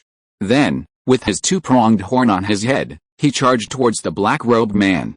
"I'm going to kill you. You bastard." The rhinoceros beetle transformed into a streak of red light and shot off like thunder. Bang! Boom! Please keep reading. If you don't, I'll be sent to work in the East Factory. Read on and get the succubus summoning technique for free. Chapter 19, Invincible. The flash faded, and everyone's vision, obscured and blinded, gradually regained its focus. What greeted them was the aftermath of the flame explosion. The rhinoceros beetle man didn't collide with a black-robed man. Instead, he darted past him and crashed into the group of adventurers behind him. Half of them were fending off the goblins, while the other half, affected by the flash, adopted what they consider the safest defensive stances. However, the fire rhinoceros beetle's charge collided directly with a tower shield, triggering a fiery explosion that created a massive, cracked crater. Many nearby were blown away. Then, a fireball the size of a human head flew in, triggering a secondary explosion. The rhinoceros beetle man, stunned, rose from the flames. Although the fireball was aimed at him, his resistance to fire was extremely high, and he was a master of fire control, so the high-temperature flames were no match for him. However, the other adventurers caught in his path were not so lucky. After and during the second explosion of flames, several people were blasted into countless particles of light, dissipating on the spot. Crimson. Well done. Come on. Keep going, watch my hand signals. A black-robed figure on the other side of the group of adventurers shouted another command. He raised his hand high, as if clutching a handful of white light, ready to unleash another flash of light. Many individual archers instantly locked onto the black-robed figure, releasing their taut bowstrings and unleashing their furious arrows. Even more people glared angrily at the rhinoceros beetle man, stranded in the crowd. "This kid is neither human nor ghost, he's definitely not a good person. Let's kill him and avenge our comrades." Suddenly, a dozen or so people rushed forward, brandishing swords and slashing at the rhinoceros beetle man, venting their fury. The iron weapon struck the rhinoceros beetle's carapace, sending countless sparks flying and leaving streaks of white. They were completely powerless against this bizarre Zerg mutant. Surrounded by the crowd, the rhinoceros beetle man simply clutched his head, huddled in a defensive position. He lowered his head, trying to explain to the men hacking at him that it wasn't his fault, that he had no intention of killing. But no one paid him any attention. All they saw was this monstrous being, in a flash of light, cooperating with a black-robed figure to bludgeon and kill scores of adventurers. Even amidst the blazing explosion, it remained unscathed. If not a monster, then who was? The scene was becoming quite absurd. The goblins hadn't even been completely annihilated, and the humans were already engaged in a bloodbath. Chen Mo had already withdrawn from the battle, hiding behind a wall at the edge of the square, drinking a mana-restoring potion to replenish his depleted mana. Meanwhile, searching for the Davari clan and their companions, Chen Mo's plans shifted. He couldn't wait until all the adventurers were dead, he had to expedite the battle. Otherwise, who knew what the increasingly eerie black magic circle would unleash? In a moment, Chen Mo found Davari and Liang Zehu. After a few brief words, Chen Mo waved everyone to join him as they rushed towards the rhinoceros beetle man being assaulted by the crowd. Crimson. I'm here to save you. Hold on. The team led by Davari and Liang Zehu immediately engaged in a chaotic battle with the other individual players. They fought fearlessly, primarily because Chen Mo had instructed them to attack only their own players. After all, the dead could be resurrected, and not to deliberately kill the NPC natives. Although Chen Mo felt that the fate of these treasure-hunting desperados was none of his business, he couldn't let them be killed by him or the players he had arranged. Their deaths at the hands of the goblins were due to their lack of strength, a deserved death. Death at the hands of Chen Mo would mean that Chen Mo's values were distorted, and his 9 years of compulsory education had been wasted. Moreover, in their current predicament, their chances of survival were slim. Although, to a greater or lesser extent, these people had indirectly died at Chen Mo's hands, the circumstances forced Chen Mo into no choice. He was no saint, his strength limited, and he could do nothing to save these desperate treasure seekers. After driving back the adventurers besieging the rhinoceros beetle, Chen Mo quietly blended into the crowd, shedding his black robe and concealing himself once again. He hid near the adventurers fending off the goblins, raised his iron sword, and shouted, "Brothers! They've gone too far. Kill them. Even if I die, I must take one of them with me." Whether it was the black magic circle or the excessive adrenaline, the eyes of the humans present gradually turned red. Their eyes grew frantic, and the pungent smell of blood constantly lured everyone into the slaughter. Swish, another flash of white light flashed through the crowd. As if on some special signal, all the humans went into a frenzy, indiscriminately attacking everyone and everything around them. Chen Mo was about to seize the opportunity to attack the two mutants, the wind blade magic in his hands humming and vibrating. Suddenly, a bolt of lightning struck. Bang! A powerful shockwave suddenly exploded through the crowd, blowing everyone away. A dark figure slowly emerged from the dust. The Goblin Lord struck. Roar! The high-pitched, piercing roar, like some kind of stun grenade, suddenly exploded through the crowd. Black Fang leaned slightly, stepped hard, and like black lightning, he plunged into the crowd with his spear. In an instant, several unfortunate people were skewered. Black Fang raised his spear with one hand and swept it across, sending the bodies impaled on it flying and slashing through the chests of several archers. Blood and panic suddenly erupted at this moment. Instantly, Chen Mo abandoned his decision to kill the mutants in the chaos. He swung his wind blade towards Black Fang in the crowd, then sprinted towards the insect duo. As he sprinted past them, Chen Mo shouted, "Deep Red! Stop that guy! Buy me some time." Without even considering their response, he hurried behind them. The rhinoceros beetle man, hearing this, furiously retorted, "I told you, my name isn't Deep Red." At the same moment, Black Fang caught sight of the fleeing figure casually swinging his spear, scattering the incoming sign wind blades. Another roar erupted. Roar! After repelling the crowd, he raised his long spear high in his hand.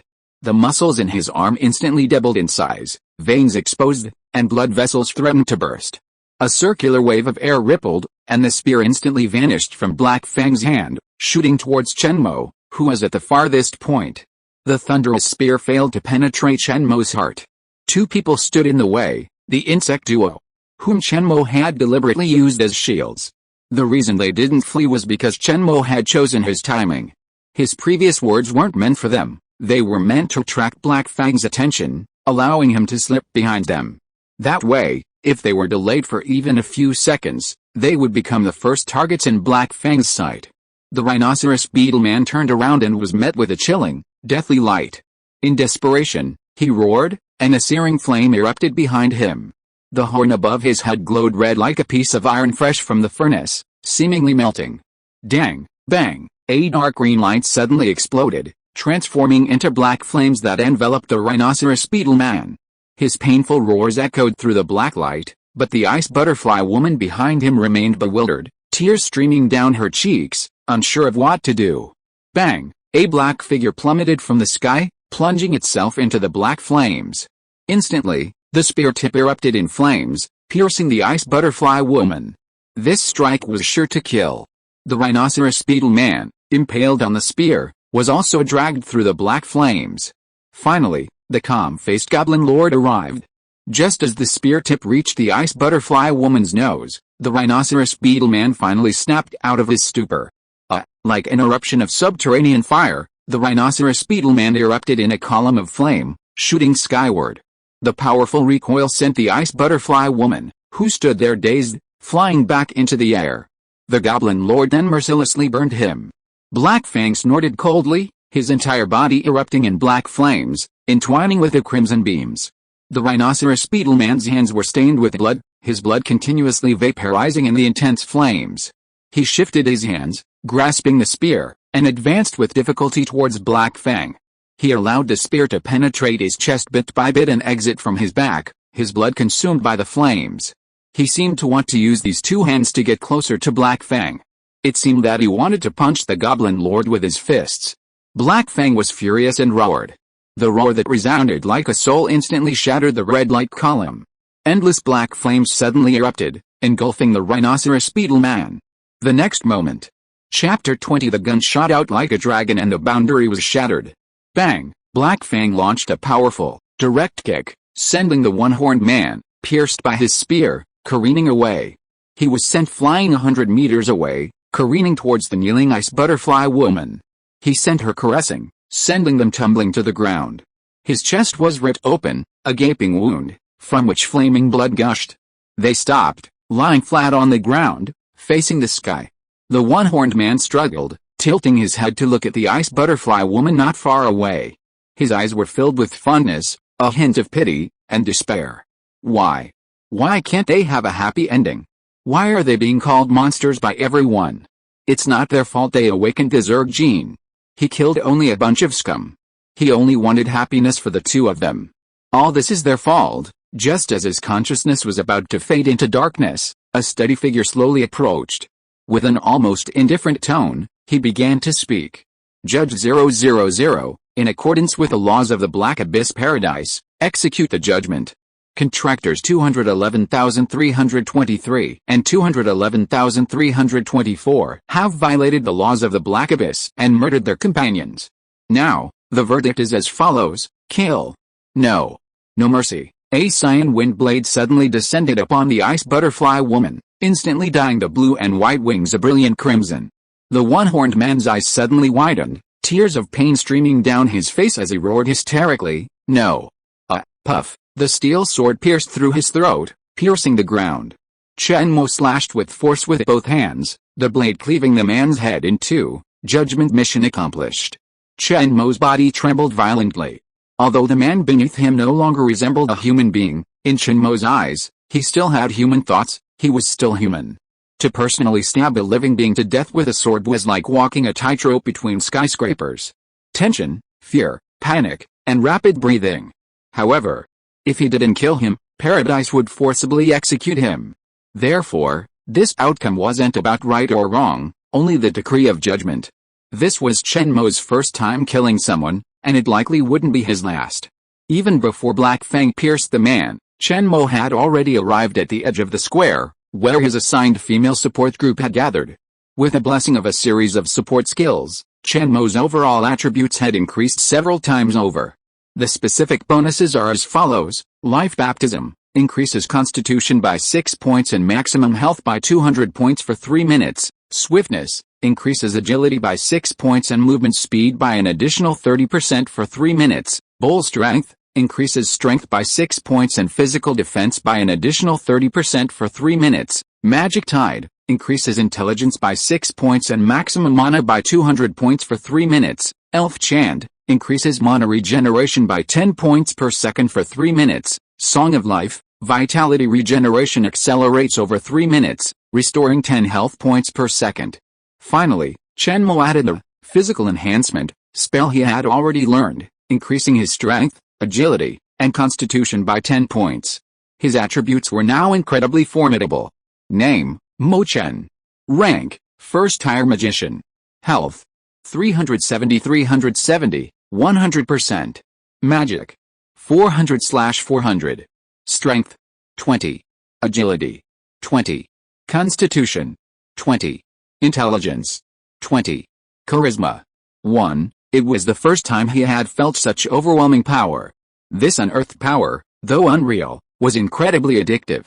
Furthermore, Chen Mo discovered a crucial flaw: his attributes were limited. His intelligence should have far exceeded 20 points, but now, it was stuck at 20. Presumably, this value is the ultimate attribute for a first-tier professional. Returning to the battlefield, the Goblin Lord seemed to have fallen into a state of madness. He even spared none of his own kind. He speared and tore apart any living creature that stood in his way, leaving none alive. Crack! A bolt of black lightning struck the empty altar. A black flame erupted from nowhere, and the entire square began to grow cold and gloomy. At this moment, Chen Mo's gaze met with black fangs, and uncontrollable malice shone from his scarlet eyes. Clang! Both the men vanished instantly, their spears sweeping across, sword and spear clashing fiercely. The resulting explosion created a crater nearly 10 meters across. The air seemed to be expelled, and Chen Mo's sword hummed and trembled. He was almost about to lose his grip. Reminder. 2 minutes and 24 seconds until the resurrection of the undead.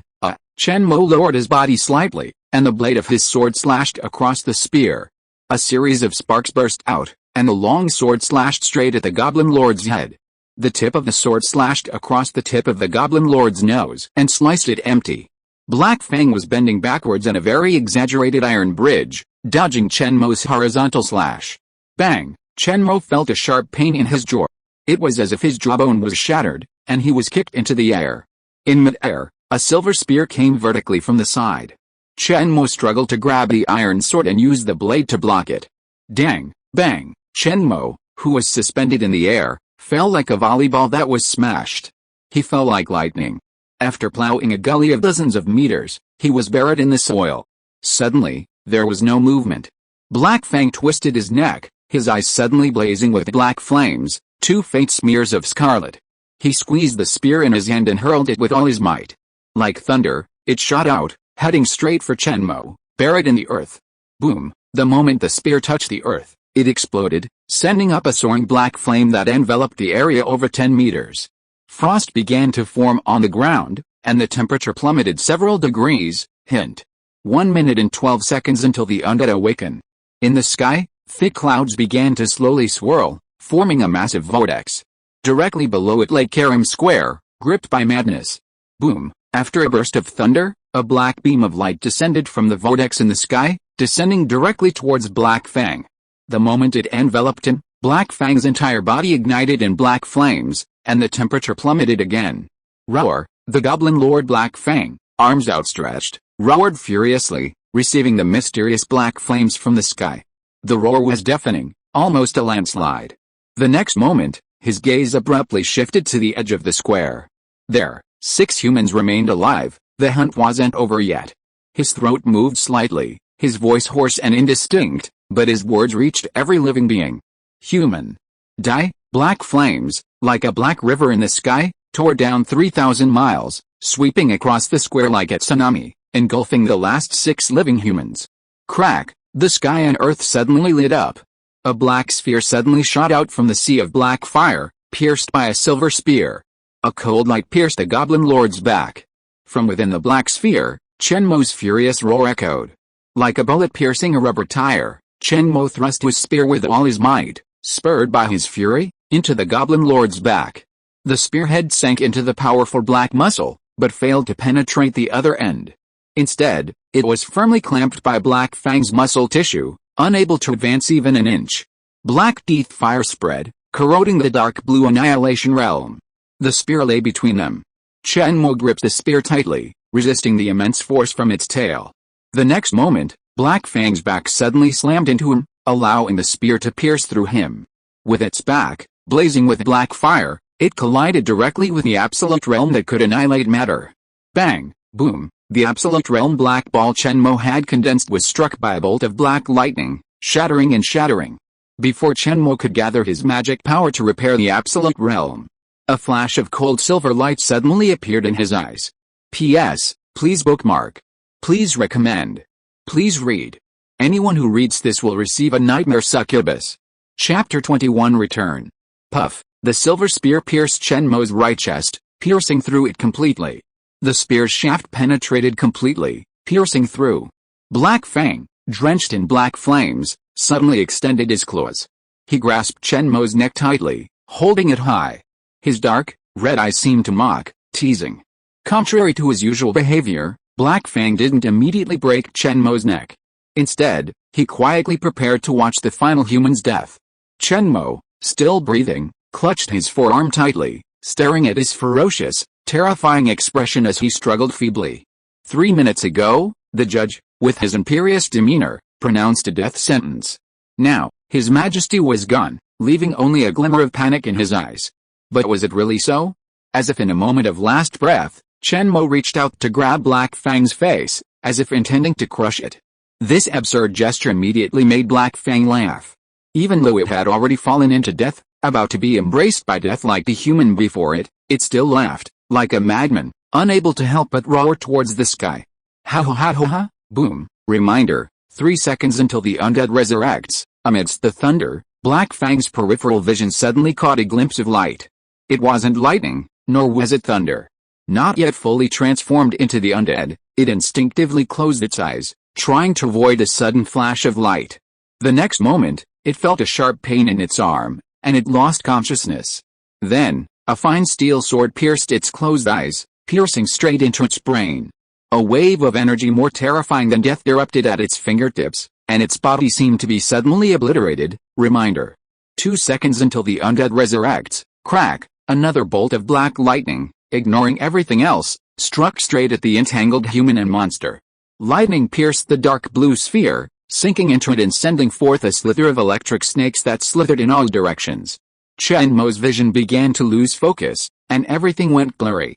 It was like glass on a rainy day, the warm air from the room suddenly enveloping the cold, rain-soaked glass in a layer of vapor. He lost all feeling. Perhaps this last glimpse of consciousness was only a fleeting glimmer of consciousness. Chen Mo loosened his grip, his tattered sword lodged in the goblin's skull. He fell backward as if weightless, engulfed by a sea of black flames. Hint, 1 second left until the undead resurrection. Judge trial, 4th ring completed. Judge detected as near death, returning to Black Abyss Paradise, instantly. The entire square froze, as if time had stopped.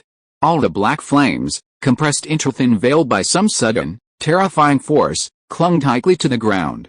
A faint black beam descended, enveloping Chen Mo's body. His body was now tattered, corroded by the black fire, barely resembling a human. A silver-black spear lodged in his chest. As he was pulled upward, Chen Mo's only remaining right eye could see the Goblin Lord. Its body, like black gravel, was blown away by the wind, piling into a pile of embers. Only a black skeleton remained, standing silently. The next moment, the spear and Chen Mo vanished. The black flames of Karim Square, freed from the suppression of a mysterious force, reignited and spread outward.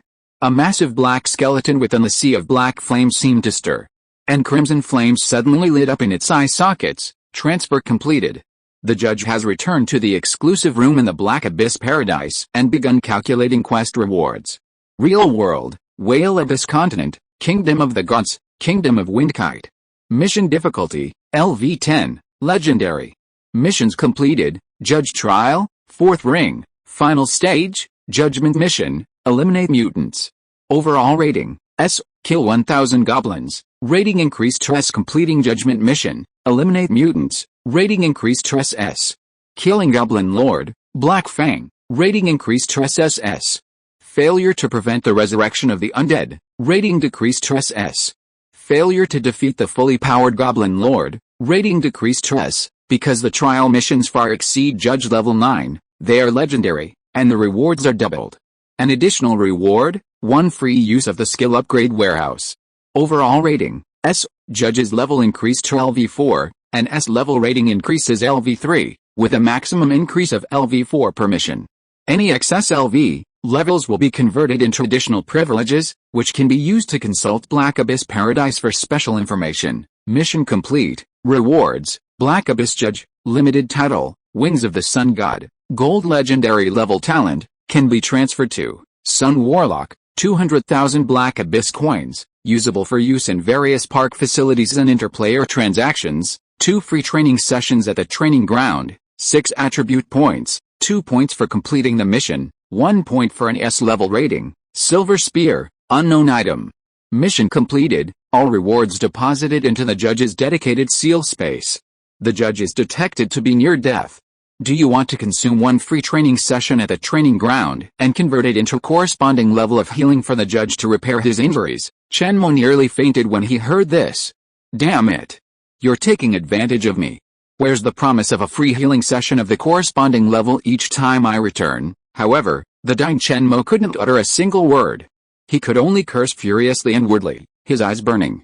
3 seconds later, detecting the judge's impending death, one free training session at the training ground will be used up by default, converted into healing of the judge's corresponding level to repair his injuries. Repair begins. Chen Mo, thrashing and cursing in his mind, was slowly enveloped by darkness, his memory fading.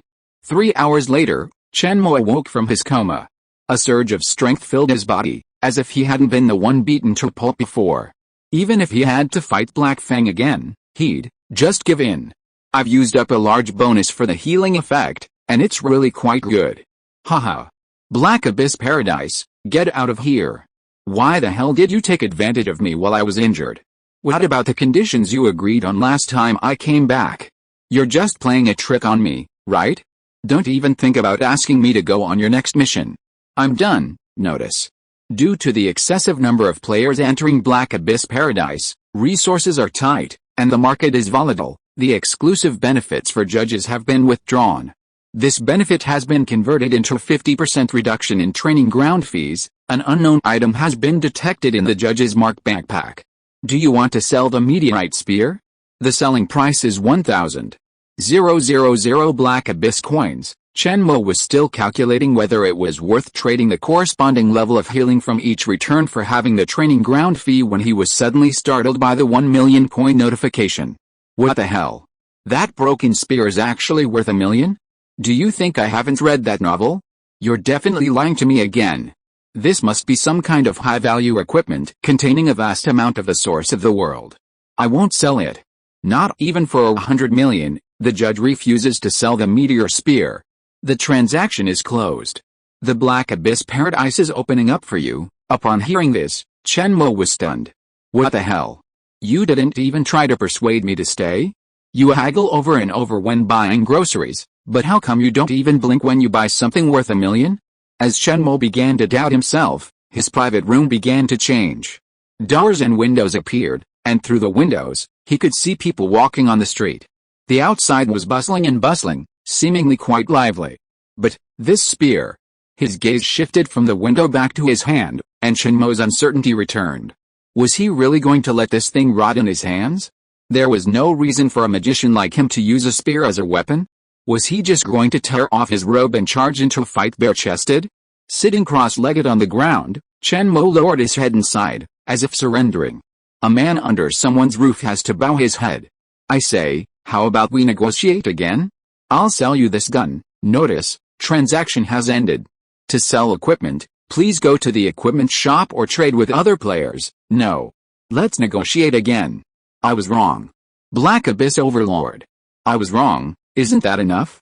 Give me another chance. According to the Black Abyss Judge's law, judges can consume the wings of the Sun God and the Meteor Spear in exchange for a qualification for a hidden talent ability test. Yes, no, consume this reward to exchange for a qualification for a hidden talent ability test. Chen Mo felt a rush of hot blood in his throat, and veins popped in his forehead.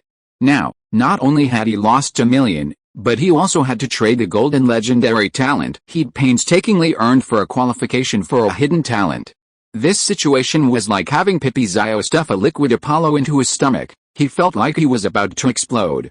Fuck. Exchange successful. The Black Abyss trial begins in 3 seconds. P.S. Thanks to Little Fatty who loves Niu and the boss for the reward. If you are listening to this novel on a channel other than Fanfic World, it means it was downloaded and re-uploaded without effort. We warmly invite you to visit our channel, Fanfic World. There you will find the original version of this story and many other novels of various genres.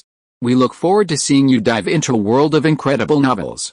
Chapter 22 Endless Devouring. 321. Teleport away. Hey. Wait.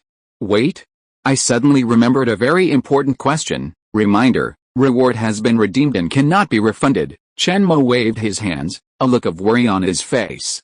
That's not what I meant. I wanted to ask, didn't you suddenly snatch me here earlier?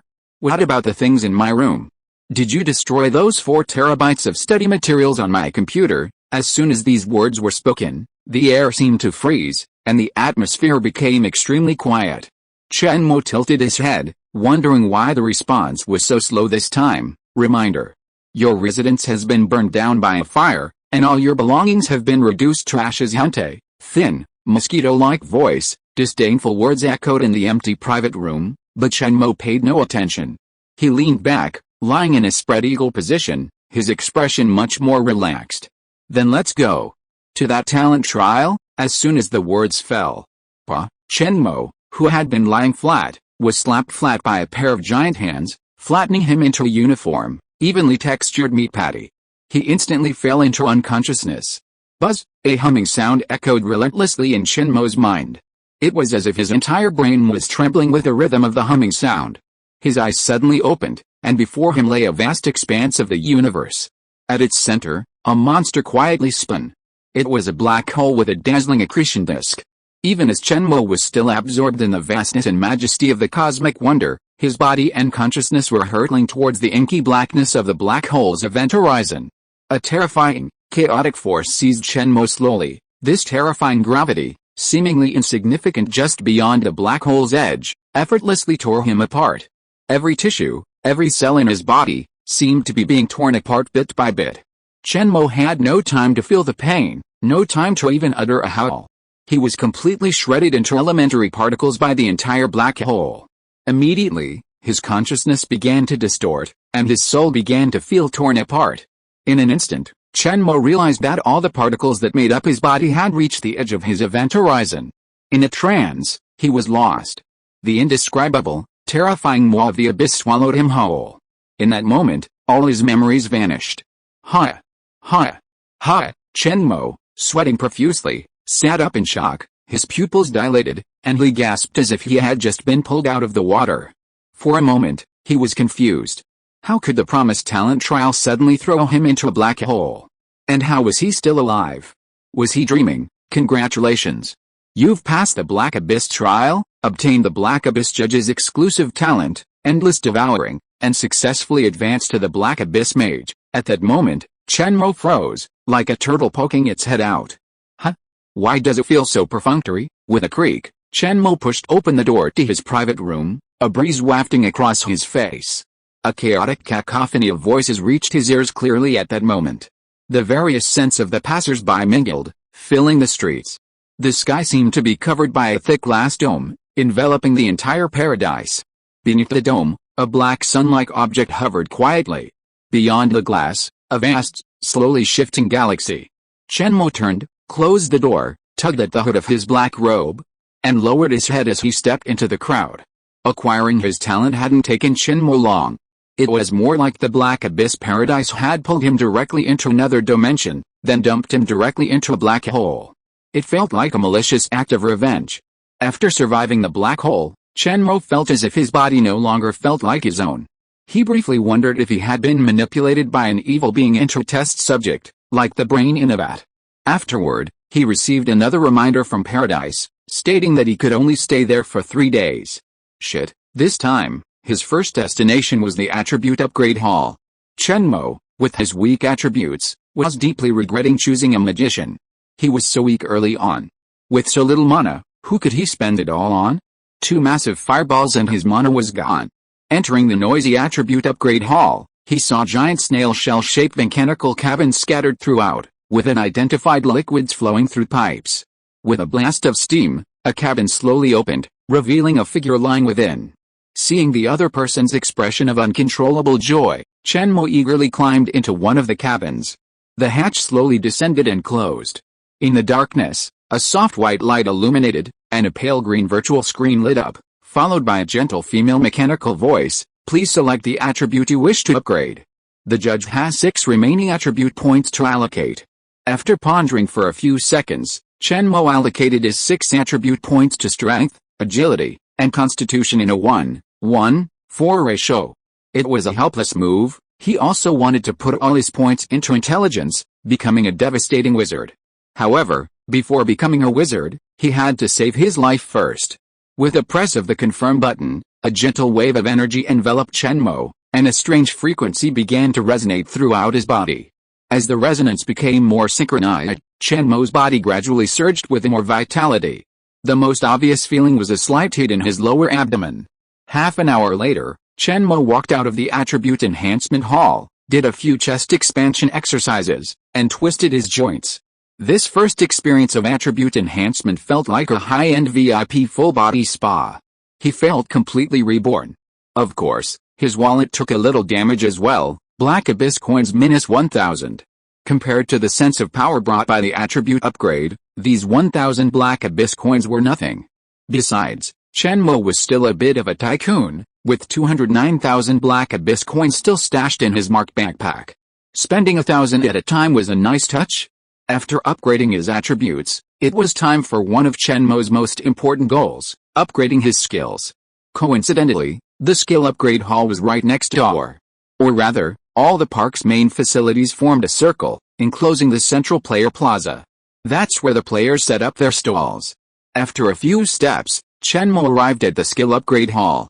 Upon entering, he almost thought he'd walked into the wrong room. It was identical to the attribute upgrade hall next door, even down to the same mechanical compartment. Even if I'm being lazy, I'd better do it right. Just copying and pasting like this is a waste of my soul, Chen Mo muttered, reclining in the mechanical compartment and replaying the scene from before. Please select the skill you want to upgrade. The judge's upgradable skills are as follows: 0 level trick, cannot be upgraded.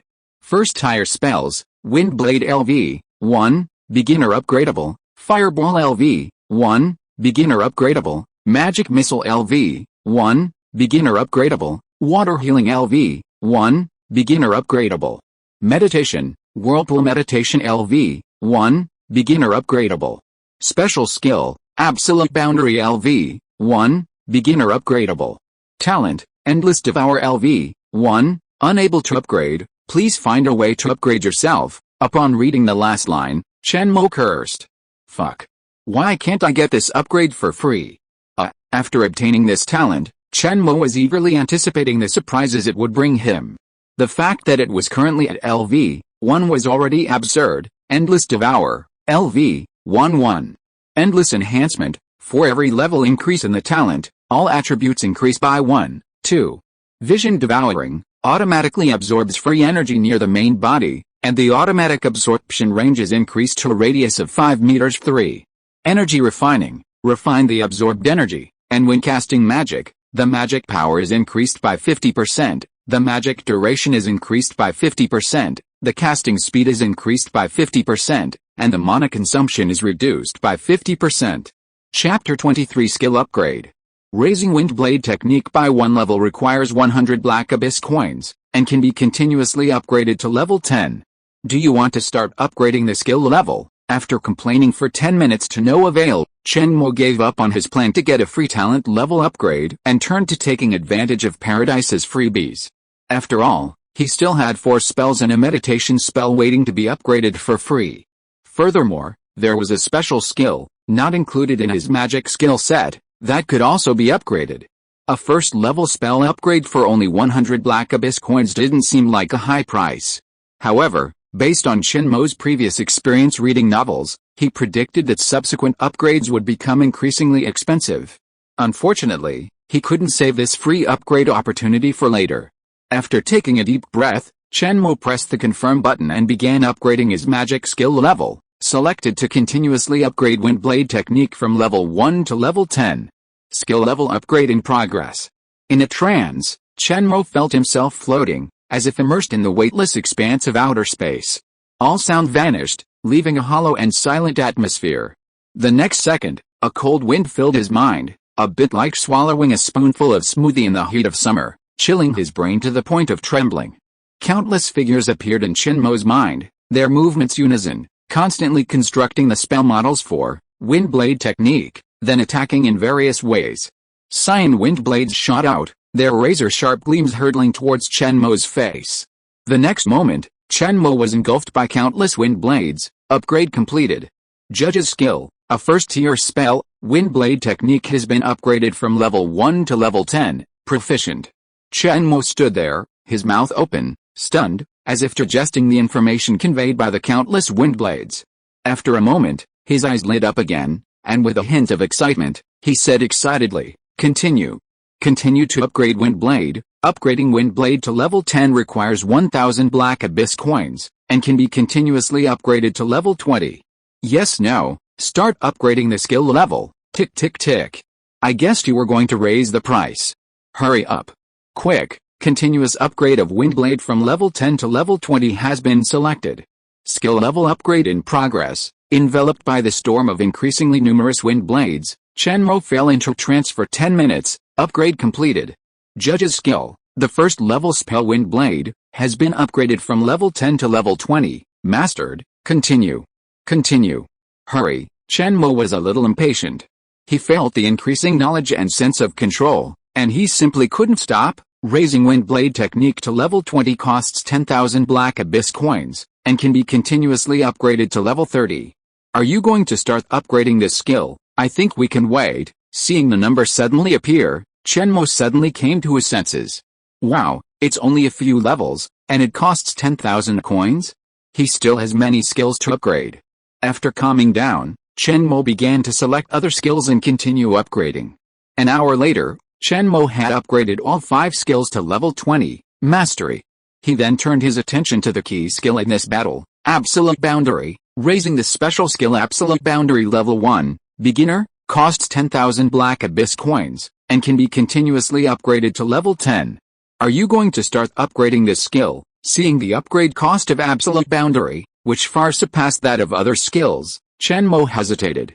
Should he upgrade a first level spell? Or should he upgrade this special skill?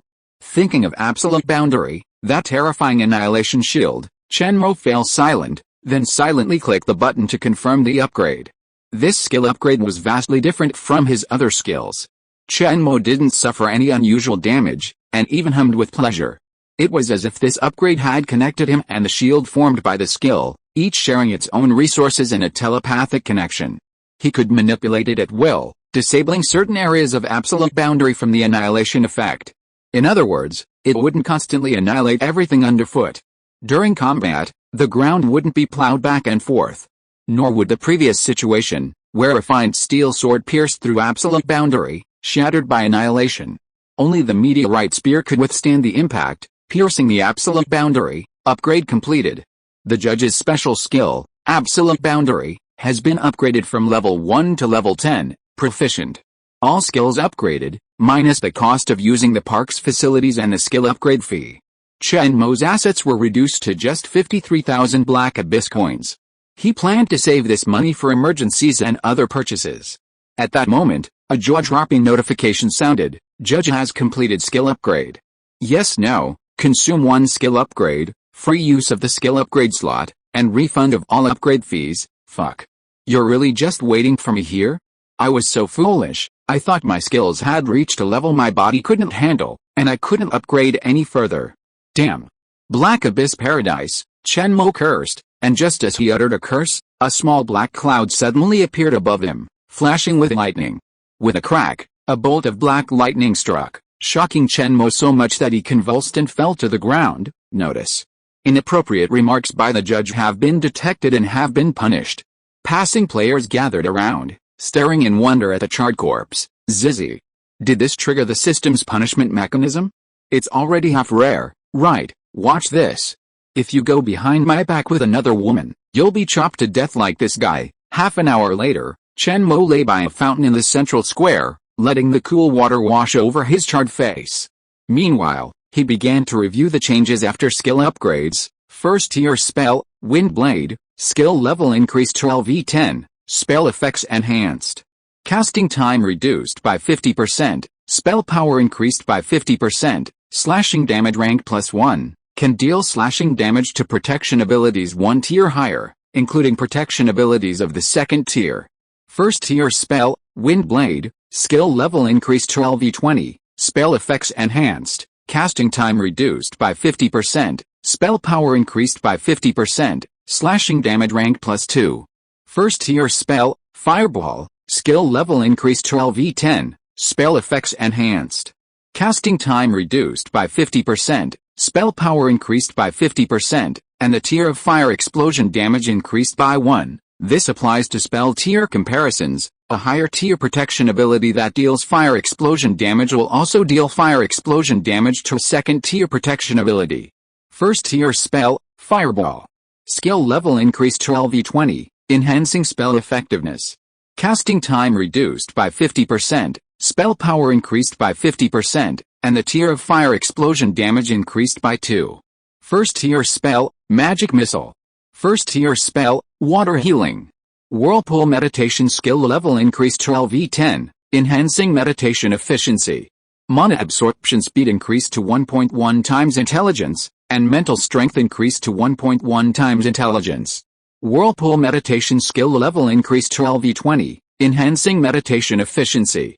Mana absorption speed increased to 1.2 times intelligence, and mental strength increased to 1.2 times intelligence. Absolute boundary skill level increased to LV10, enhancing magic effects. Absolute boundary can create an annihilation reaction with any matter or energy it touches. The large amount of energy generated by this annihilation reaction will be absorbed by the innate ability Endless Devouring, increasing the damage of Absolute Boundary's annihilation reaction by the amount of energy absorbed. Annihilation damage tier +1. Absolute Boundary's annihilation damage can be negated by energy of the same or higher level. After a chaotic skill upgrade, Chen Mo realized that going to the attribute upgrade hall first was a mistake. What the hell? His magician class is on the rise. Turns out increasing spell skill levels reduces casting time. This way, he won't have to cower like a useless mage. If that goblin lord were to face him now, Chen Mo would definitely teach it a lesson. How does it spell death above its head? Chapter 24, Picking Up a Lot. Strolling through the central square, Chen Mo curiously browsed the various stalls lining the street. He needed to restock on various equipment, starting with weapons and armor, and then some mana and health potions. He also had a sneak peek, hoping to find some special items that would increase his stats. The central square was a roughly circular building with a large fountain in the center. Surrounding it were several small stalls, resembling street vendors. Each person had an awning and a stall. People in unusual attire came and went, and the sounds of bargaining could be heard constantly. Here we go. Look, pretty boys and girls. New stock, cheap prices, no cheating, same quality, different prices. We're giving you a great deal. Blue steel battle axe on sale for 1,000 black abyss coins. Hurry, Chen Mo came to a stall displaying staffs. This was probably a place selling magician's weapons, but he wondered if he'd find any equipment that caught his eye. Hey, bro, come take a look. These staves are all hardcore imported from the St. Louis Empire. Casting spells with these staves does incredible damage. Awesome.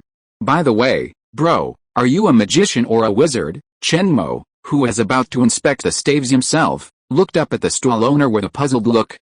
What's the difference? The stall owner, seeing Chen Mo's newbie-like appearance, immediately laughed.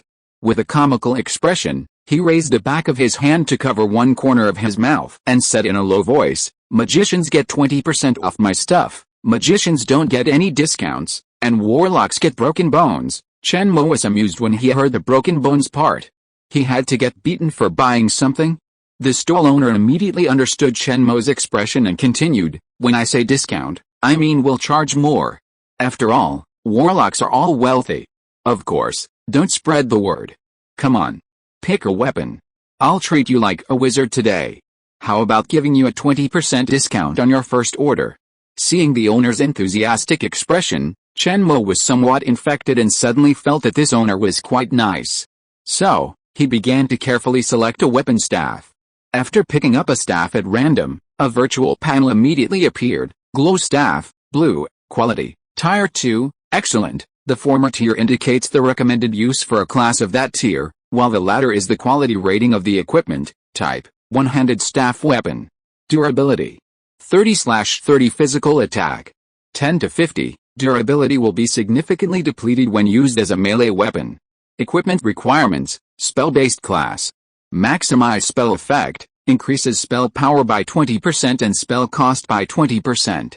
Power of light, increases the power of light-related spells by 50% and the duration of light-enhancing spells by 50%. Description, an unremarkable St. Louis Empire Junior Mage staff. It's useful, but not very durable. Price? 8,000 black abyss coins. This price is set by the vendor. Note, This item is owned by vendor 023654. Successful purchase grants ownership. Chen Mo looked up at the vendor, bewildered, his eyes seemingly saying, "You call that a 20% discount?" Gently putting the staff down, Chen Mo turned and walked away. The little bit of goodwill he'd just built up was instantly wasted. As expected, merchants are no good, and their hearts are ruthless. Seeing Chen Mo walk away without looking back, the stall owner grew anxious and shouted, "Hey, brother! Don't go. Come back. If the price isn't what you want, we can talk it over. I have plenty of cheaper gear." Upon hearing this, Chen Mo stopped and returned to his stall, pointing at the staff he'd just been selling. "Selling this for 8,000 black abyss coins? Do you think I'm a fool?" The stall owner immediately adopted a grieving expression, like a grouchy woman, and explained, "Oh, brother, you're new here, right? You'll understand later. Mage equipment is always very expensive, and 8,000 for this staff isn't too much? If you think it's expensive, I have other cheaper options. There aren't many shops around here selling mage equipment, and everyone's selling it at about the same price." Chen Mo stared at him in disbelief, snorted, and walked off to another stall. Comparing prices is the key to good shopping. Chen Mo refused to believe there wasn't a staff cheaper than this one. An hour later, Chen Mo returned to the stall. The stall owner looked at him with a teasing expression, smiling but saying nothing. Seeing this, Chen Mo was a little embarrassed and angry, and was about to turn around and leave. He immediately said with a smile, Hey, don't go, big brother. I said I have the cheapest here, right?" Under the boss's coercion, Chen Mo stood in front of the stall again and started to pick and choose. "This one is 7,000, this one is 9,600, that one is 8,888, damn. This thing costs 20,000? The more Chen Mo looked at it, the more speechless he became. What kind of garbage is this? Is it really necessary to sell it so expensive? Tens of thousands of yuan would be enough for him to upgrade many skills. Suddenly, Chen Mo noticed a large wooden barrel behind the stall owner, filled with a lot of miscellaneous items. Chen Mo pointed at the wooden barrel and asked curiously, "What's in that barrel? Are you selling it?" A nearby stall owner, arms folded, was chatting with the vendor next to him. Upon hearing Chen Mo's question, he turned and replied, "It's just a bunch of junk in there, all for 100 black abyss coins. If you're interested, go look through it. You might find some artifacts." This made the vendor laugh so hard he leaned against the wall. The two of them ignored Chen Mo and returned to their private conversation. At the Black Abyss Paradise headquarters, transactions were likely perfectly safe. He just wondered if thieves could steal here. Chen Mo maliciously thought, if mages had a steal spell, he'd definitely max it out and use it exclusively to rob black market traders, robbing the rich and giving to the poor. Of course, he was just thinking, after all, under the Paradise's supervision, most skills were likely blocked and unusable. Arriving at the large wooden barrel, Chen Mo reached out and pulled out 2 iron swords, identical to the ones he'd previously tricked Xiaoda into giving him. "So those iron swords are just junk, the kind even a dog wouldn't sell," Chen Mo muttered softly, then began to pick and choose. After pulling out 4 fine steel swords, he pulled out a clown mask, a black robe, and a piece of silver chain mail. These were the only items that caught his eye, so he spread the pile of items on the counter, beckoning the stall owner and shouting, "Boss! Come on. There are 7 items in total, all from the barrel. Let's settle the bill." The stall owner glanced at Chen Mo suspiciously, his heart pounding. Isn't he a mage? Why did he choose 4 iron swords? All that wasted time on his nonsense. The shopkeeper sighed and said helplessly, "Alice. It's not easy to do business with you. I thought you'd buy a staff. Okay. Even a mosquito leg is still meat. Thank you for your patronage." 700 black abyss coins. Chen Mo suppressed a smile and quickly took 700 black abyss coins from his marked backpack, stuffed them into a bag, and handed it to the shopkeeper. With the transaction successful, Chen Mo immediately took ownership of the items and began to store them one by one in his marked backpack. With a full harvest, Chen Mo said goodbye to the boss, who shook his head, and headed for the training ground. With just over 2 days left, Chen Mo planned to stay there and make the most of the bargains. On the way to the training ground, Chen Mo toyed with a mask in his hand. It was a rather funny clown mask. Chen Mo planned to use it to conceal his identity, and it might have unexpected effects at some point. Besides, it was also a magical item, albeit a relatively simple one. Clown mask, White. Quality, level 1 white. Type, mask accessory. Durability, 20/20. Equipment requirements, none. Funny clown, can prevent players below level 1 from using identification to detect the wearer's information. Introduction, clown, it's you. Chen Mo tried it on and found that it was quite suitable. The mask actually automatically adjusted its size and fit his face very well. At this moment, Davari and Xiaoyan came in front of Chen Mo, which scared Chen Mo. When he was about to lower his head to avoid them, he suddenly remembered that he was wearing a mask on his face and they should not be able to notice it. So, Chen Mo suddenly had a little bit of evil taste in his heart, and looked at the two of them wantonly. He even deliberately got very close and passed by them. This strange sense of satisfaction made Chen Mo feel even happier, and he stepped into the gate of the training ground with light steps. Elsewhere, Tifa Xiaoyan suddenly stopped, turned to look at Chen Mo's back as he walked into the training ground, and muttered, "That guy's so strange. Why does he smell so familiar?" Davari hurried back from 2 meters away and asked with concern, "What's wrong, Xiaoyan? Why aren't you leaving?" "Don't worry, I've saved a lot of money this time, and I'm sure I can buy you a staff." Xiaoyan shook her head and smiled sweetly. "Yeah, it's okay. I just thought that person in the clown mask was a little strange. Let's go. Let's not buy the staff, it's too expensive. Let's buy some armor." Davari was about to look up when Xiaoyan grabbed his arm and dragged him forward. Chapter 25 Training Ground. As soon as he stepped through the training grounds, Chen Mo was transported to an empty, mirrored space. The floor was composed of a massive, smooth mirror, allowing him to clearly see his reflection. The sky within the space was a dark blue, like the bubbles you get when washing your hair, like a transparent balloon, its surface slowly flowing. Welcome to the training ground. You have one free training session, which grants you 24 hours of free time. After the time limit is reached, further stays will cost 5,000 Black Abyss coins per hour. This price is after the fee reduction. Please choose Learning Mode Practical Mode. After reading the notification from the park, Chen Mo gasped. Wow! This is so expensive. Even a spa at a spa isn't as expensive as this. Chen Mo's biggest impression throughout the entire day was that this Black Abyss park was too stingy. Many of its features were incomplete, like everything was ripped off from a novel. This can't go on. He's doomed. Shaking his head, Chen Mo chose Learning Mode. He came here to brush up on the fundamentals of magic. When casting magic, Chen Mo felt a constant stagnation, his entire body like a rusted machine, unlubricated. Furthermore, he cast the spell in a daze, relying entirely on the spell's own actions, completely unaware of how it came to be. This power gave him a sense of emptiness and uncertainty. Instructor selection is underway for your course. The target has been determined and is being materialized. Your instructor for this training session is Hugh Asman. The next moment, a figure appeared before Chen Mo. He was dressed in a blue star-shaped robe, adorned with luxurious yet unostentatious gold trim. A white-bearded elder appeared before Chen Mo, his hands clasped behind his back, assessing him. "Oh, your magical heritage is quite remarkable. Not bad. Come. Show me all your magical skills so I can arrange a training course for you." Taking a deep breath, Chen Mo tried to calm himself. Then, the image of Windblade technique emerged in his mind. With a flip of his hand, a meter-long cyan blade of wind suddenly hovered in his palm. After a few seconds, it trembled and threatened to slip from his grasp. Chen Mo swung the blade into the air.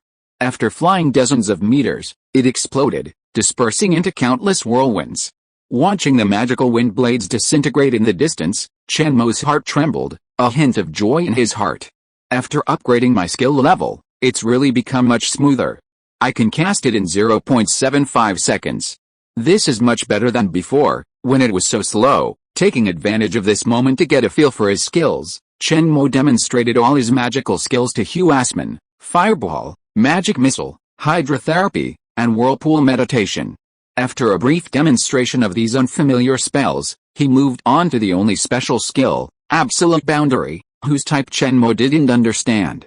With a thought, Absolute Boundary suddenly enveloped Chen Mo's entire body, and a fiery annihilation energy continuously emanated from beneath his feet.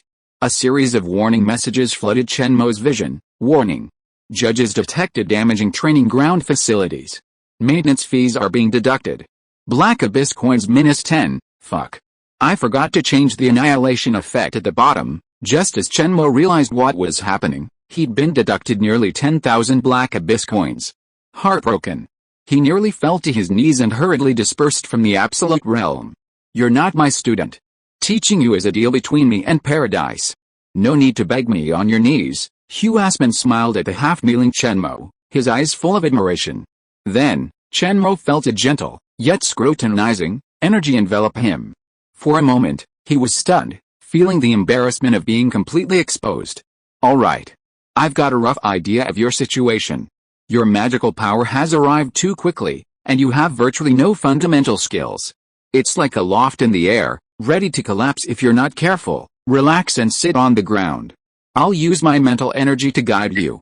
Use your heart to sense the trajectory of the magic." Aspen extended his right hand and gently raised it toward Chen Mo. A surge of magical energy instantly enveloped him. Chen Mo sat down cross-legged, eyes closed, and concentrated. In that moment, it felt as if his entire body were immersed in the cool waters of a lake, clearing away distractions and immersing himself in a sense of tranquility. The next second, his consciousness materialized into form, and he arrived in an empty, dimly lit space. Ripples formed on the surface of the illusory water beneath his feet. The words of the training instructor slowly drifted past his ears, like the sound of an ethereal bell, cleansing his soul and focusing Chen Mo's attention. He involuntarily shifted to listening position. "Do you remember the feeling of casting magic just now? Recall it in your mind again. Take the Windblade spell, for example. What was going through your mind when you cast it?" Subconsciously, a cyan crescent blade surfaced in Chen Mo's mind, hovering quietly. Looking closer, it trembled ever so slightly. "It's a sharp, curved blade like a crescent moon." Aspen stroked his beard, a smile in his eyes. "So what now?" As soon as he finished speaking, Chen Mo felt a strand of his mental energy within his consciousness being pulled forward by some force. In front of him was the very image he had imagined, the Windblade. With a plop, ripples appeared on the surface of the Windblade, and Chen Mo's mental energy was drawn into it. Then, it settled at a single point and paused. Following the trace of the mental energy's passage, azure magic flowed towards this point. Chen Mo could feel this strand of mental energy, nourished by magic, growing and solidifying. After expanding to fill the point, the strange pulling force reappeared, pulling Chen Mo's mental energy away again.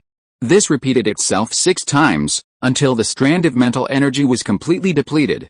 Chen Mo's gaze shifted from the Windblade's interior to his main body.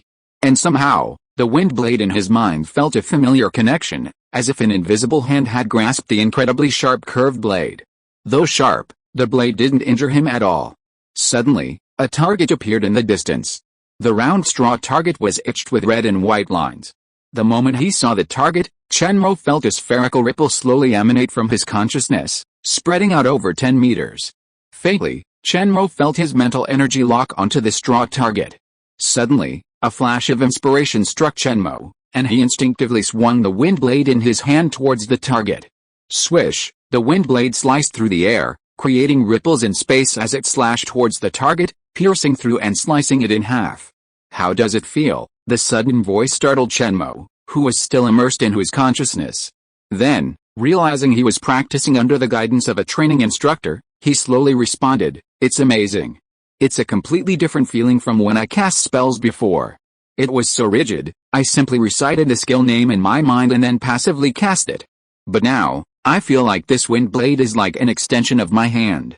My gaze has become like a laser-guided laser, as if everything in the world is locked onto me." Aspen, having conjured a set of chairs from nowhere, sat in the training space, sipping his tea and watching Chen Mo with interest. Soon, another Windblade formed in front of Chen Mo. Aspen took advantage of the situation and placed a straw target 11 meters away. "All right. Open your eyes now and take a look." In his conscious world, Chen Mo was excited. Without the guidance of that mysterious force, he stumbled and bumped his way through the Windblade again. The awkwardness gradually faded, and Chen Mo's excitement grew. At the sound of his training instructor's voice, his eyes suddenly opened, a divine light shone, and a Windblade seemed to hover in his eyes. "What is this?" Chen Mo was puzzled.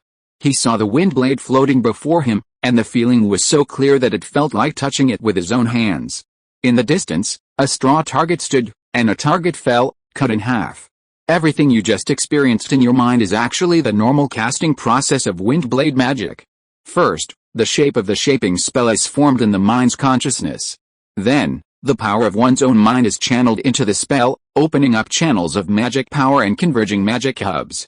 The number of magic hubs required varies depending on the requirements of each spell, and even the same spell may require a different number. After connecting a certain number of hubs, the spell model is formed. As you say, the spell model is like the steel bars in a house, and magic is the cement covering the steel. When the spell is formed, the cement is completely solidified and becomes powerful. Therefore, the essence of magic relies entirely on imagination. End of this chapter. Thank you so much for reading until the end. Don't forget to give it a like. Looking for more exclusive content and immediate access? Subscribe to our Patreon. Remember, every like, subscription or donation encourages us to continue. Thank you all. See you in the next video.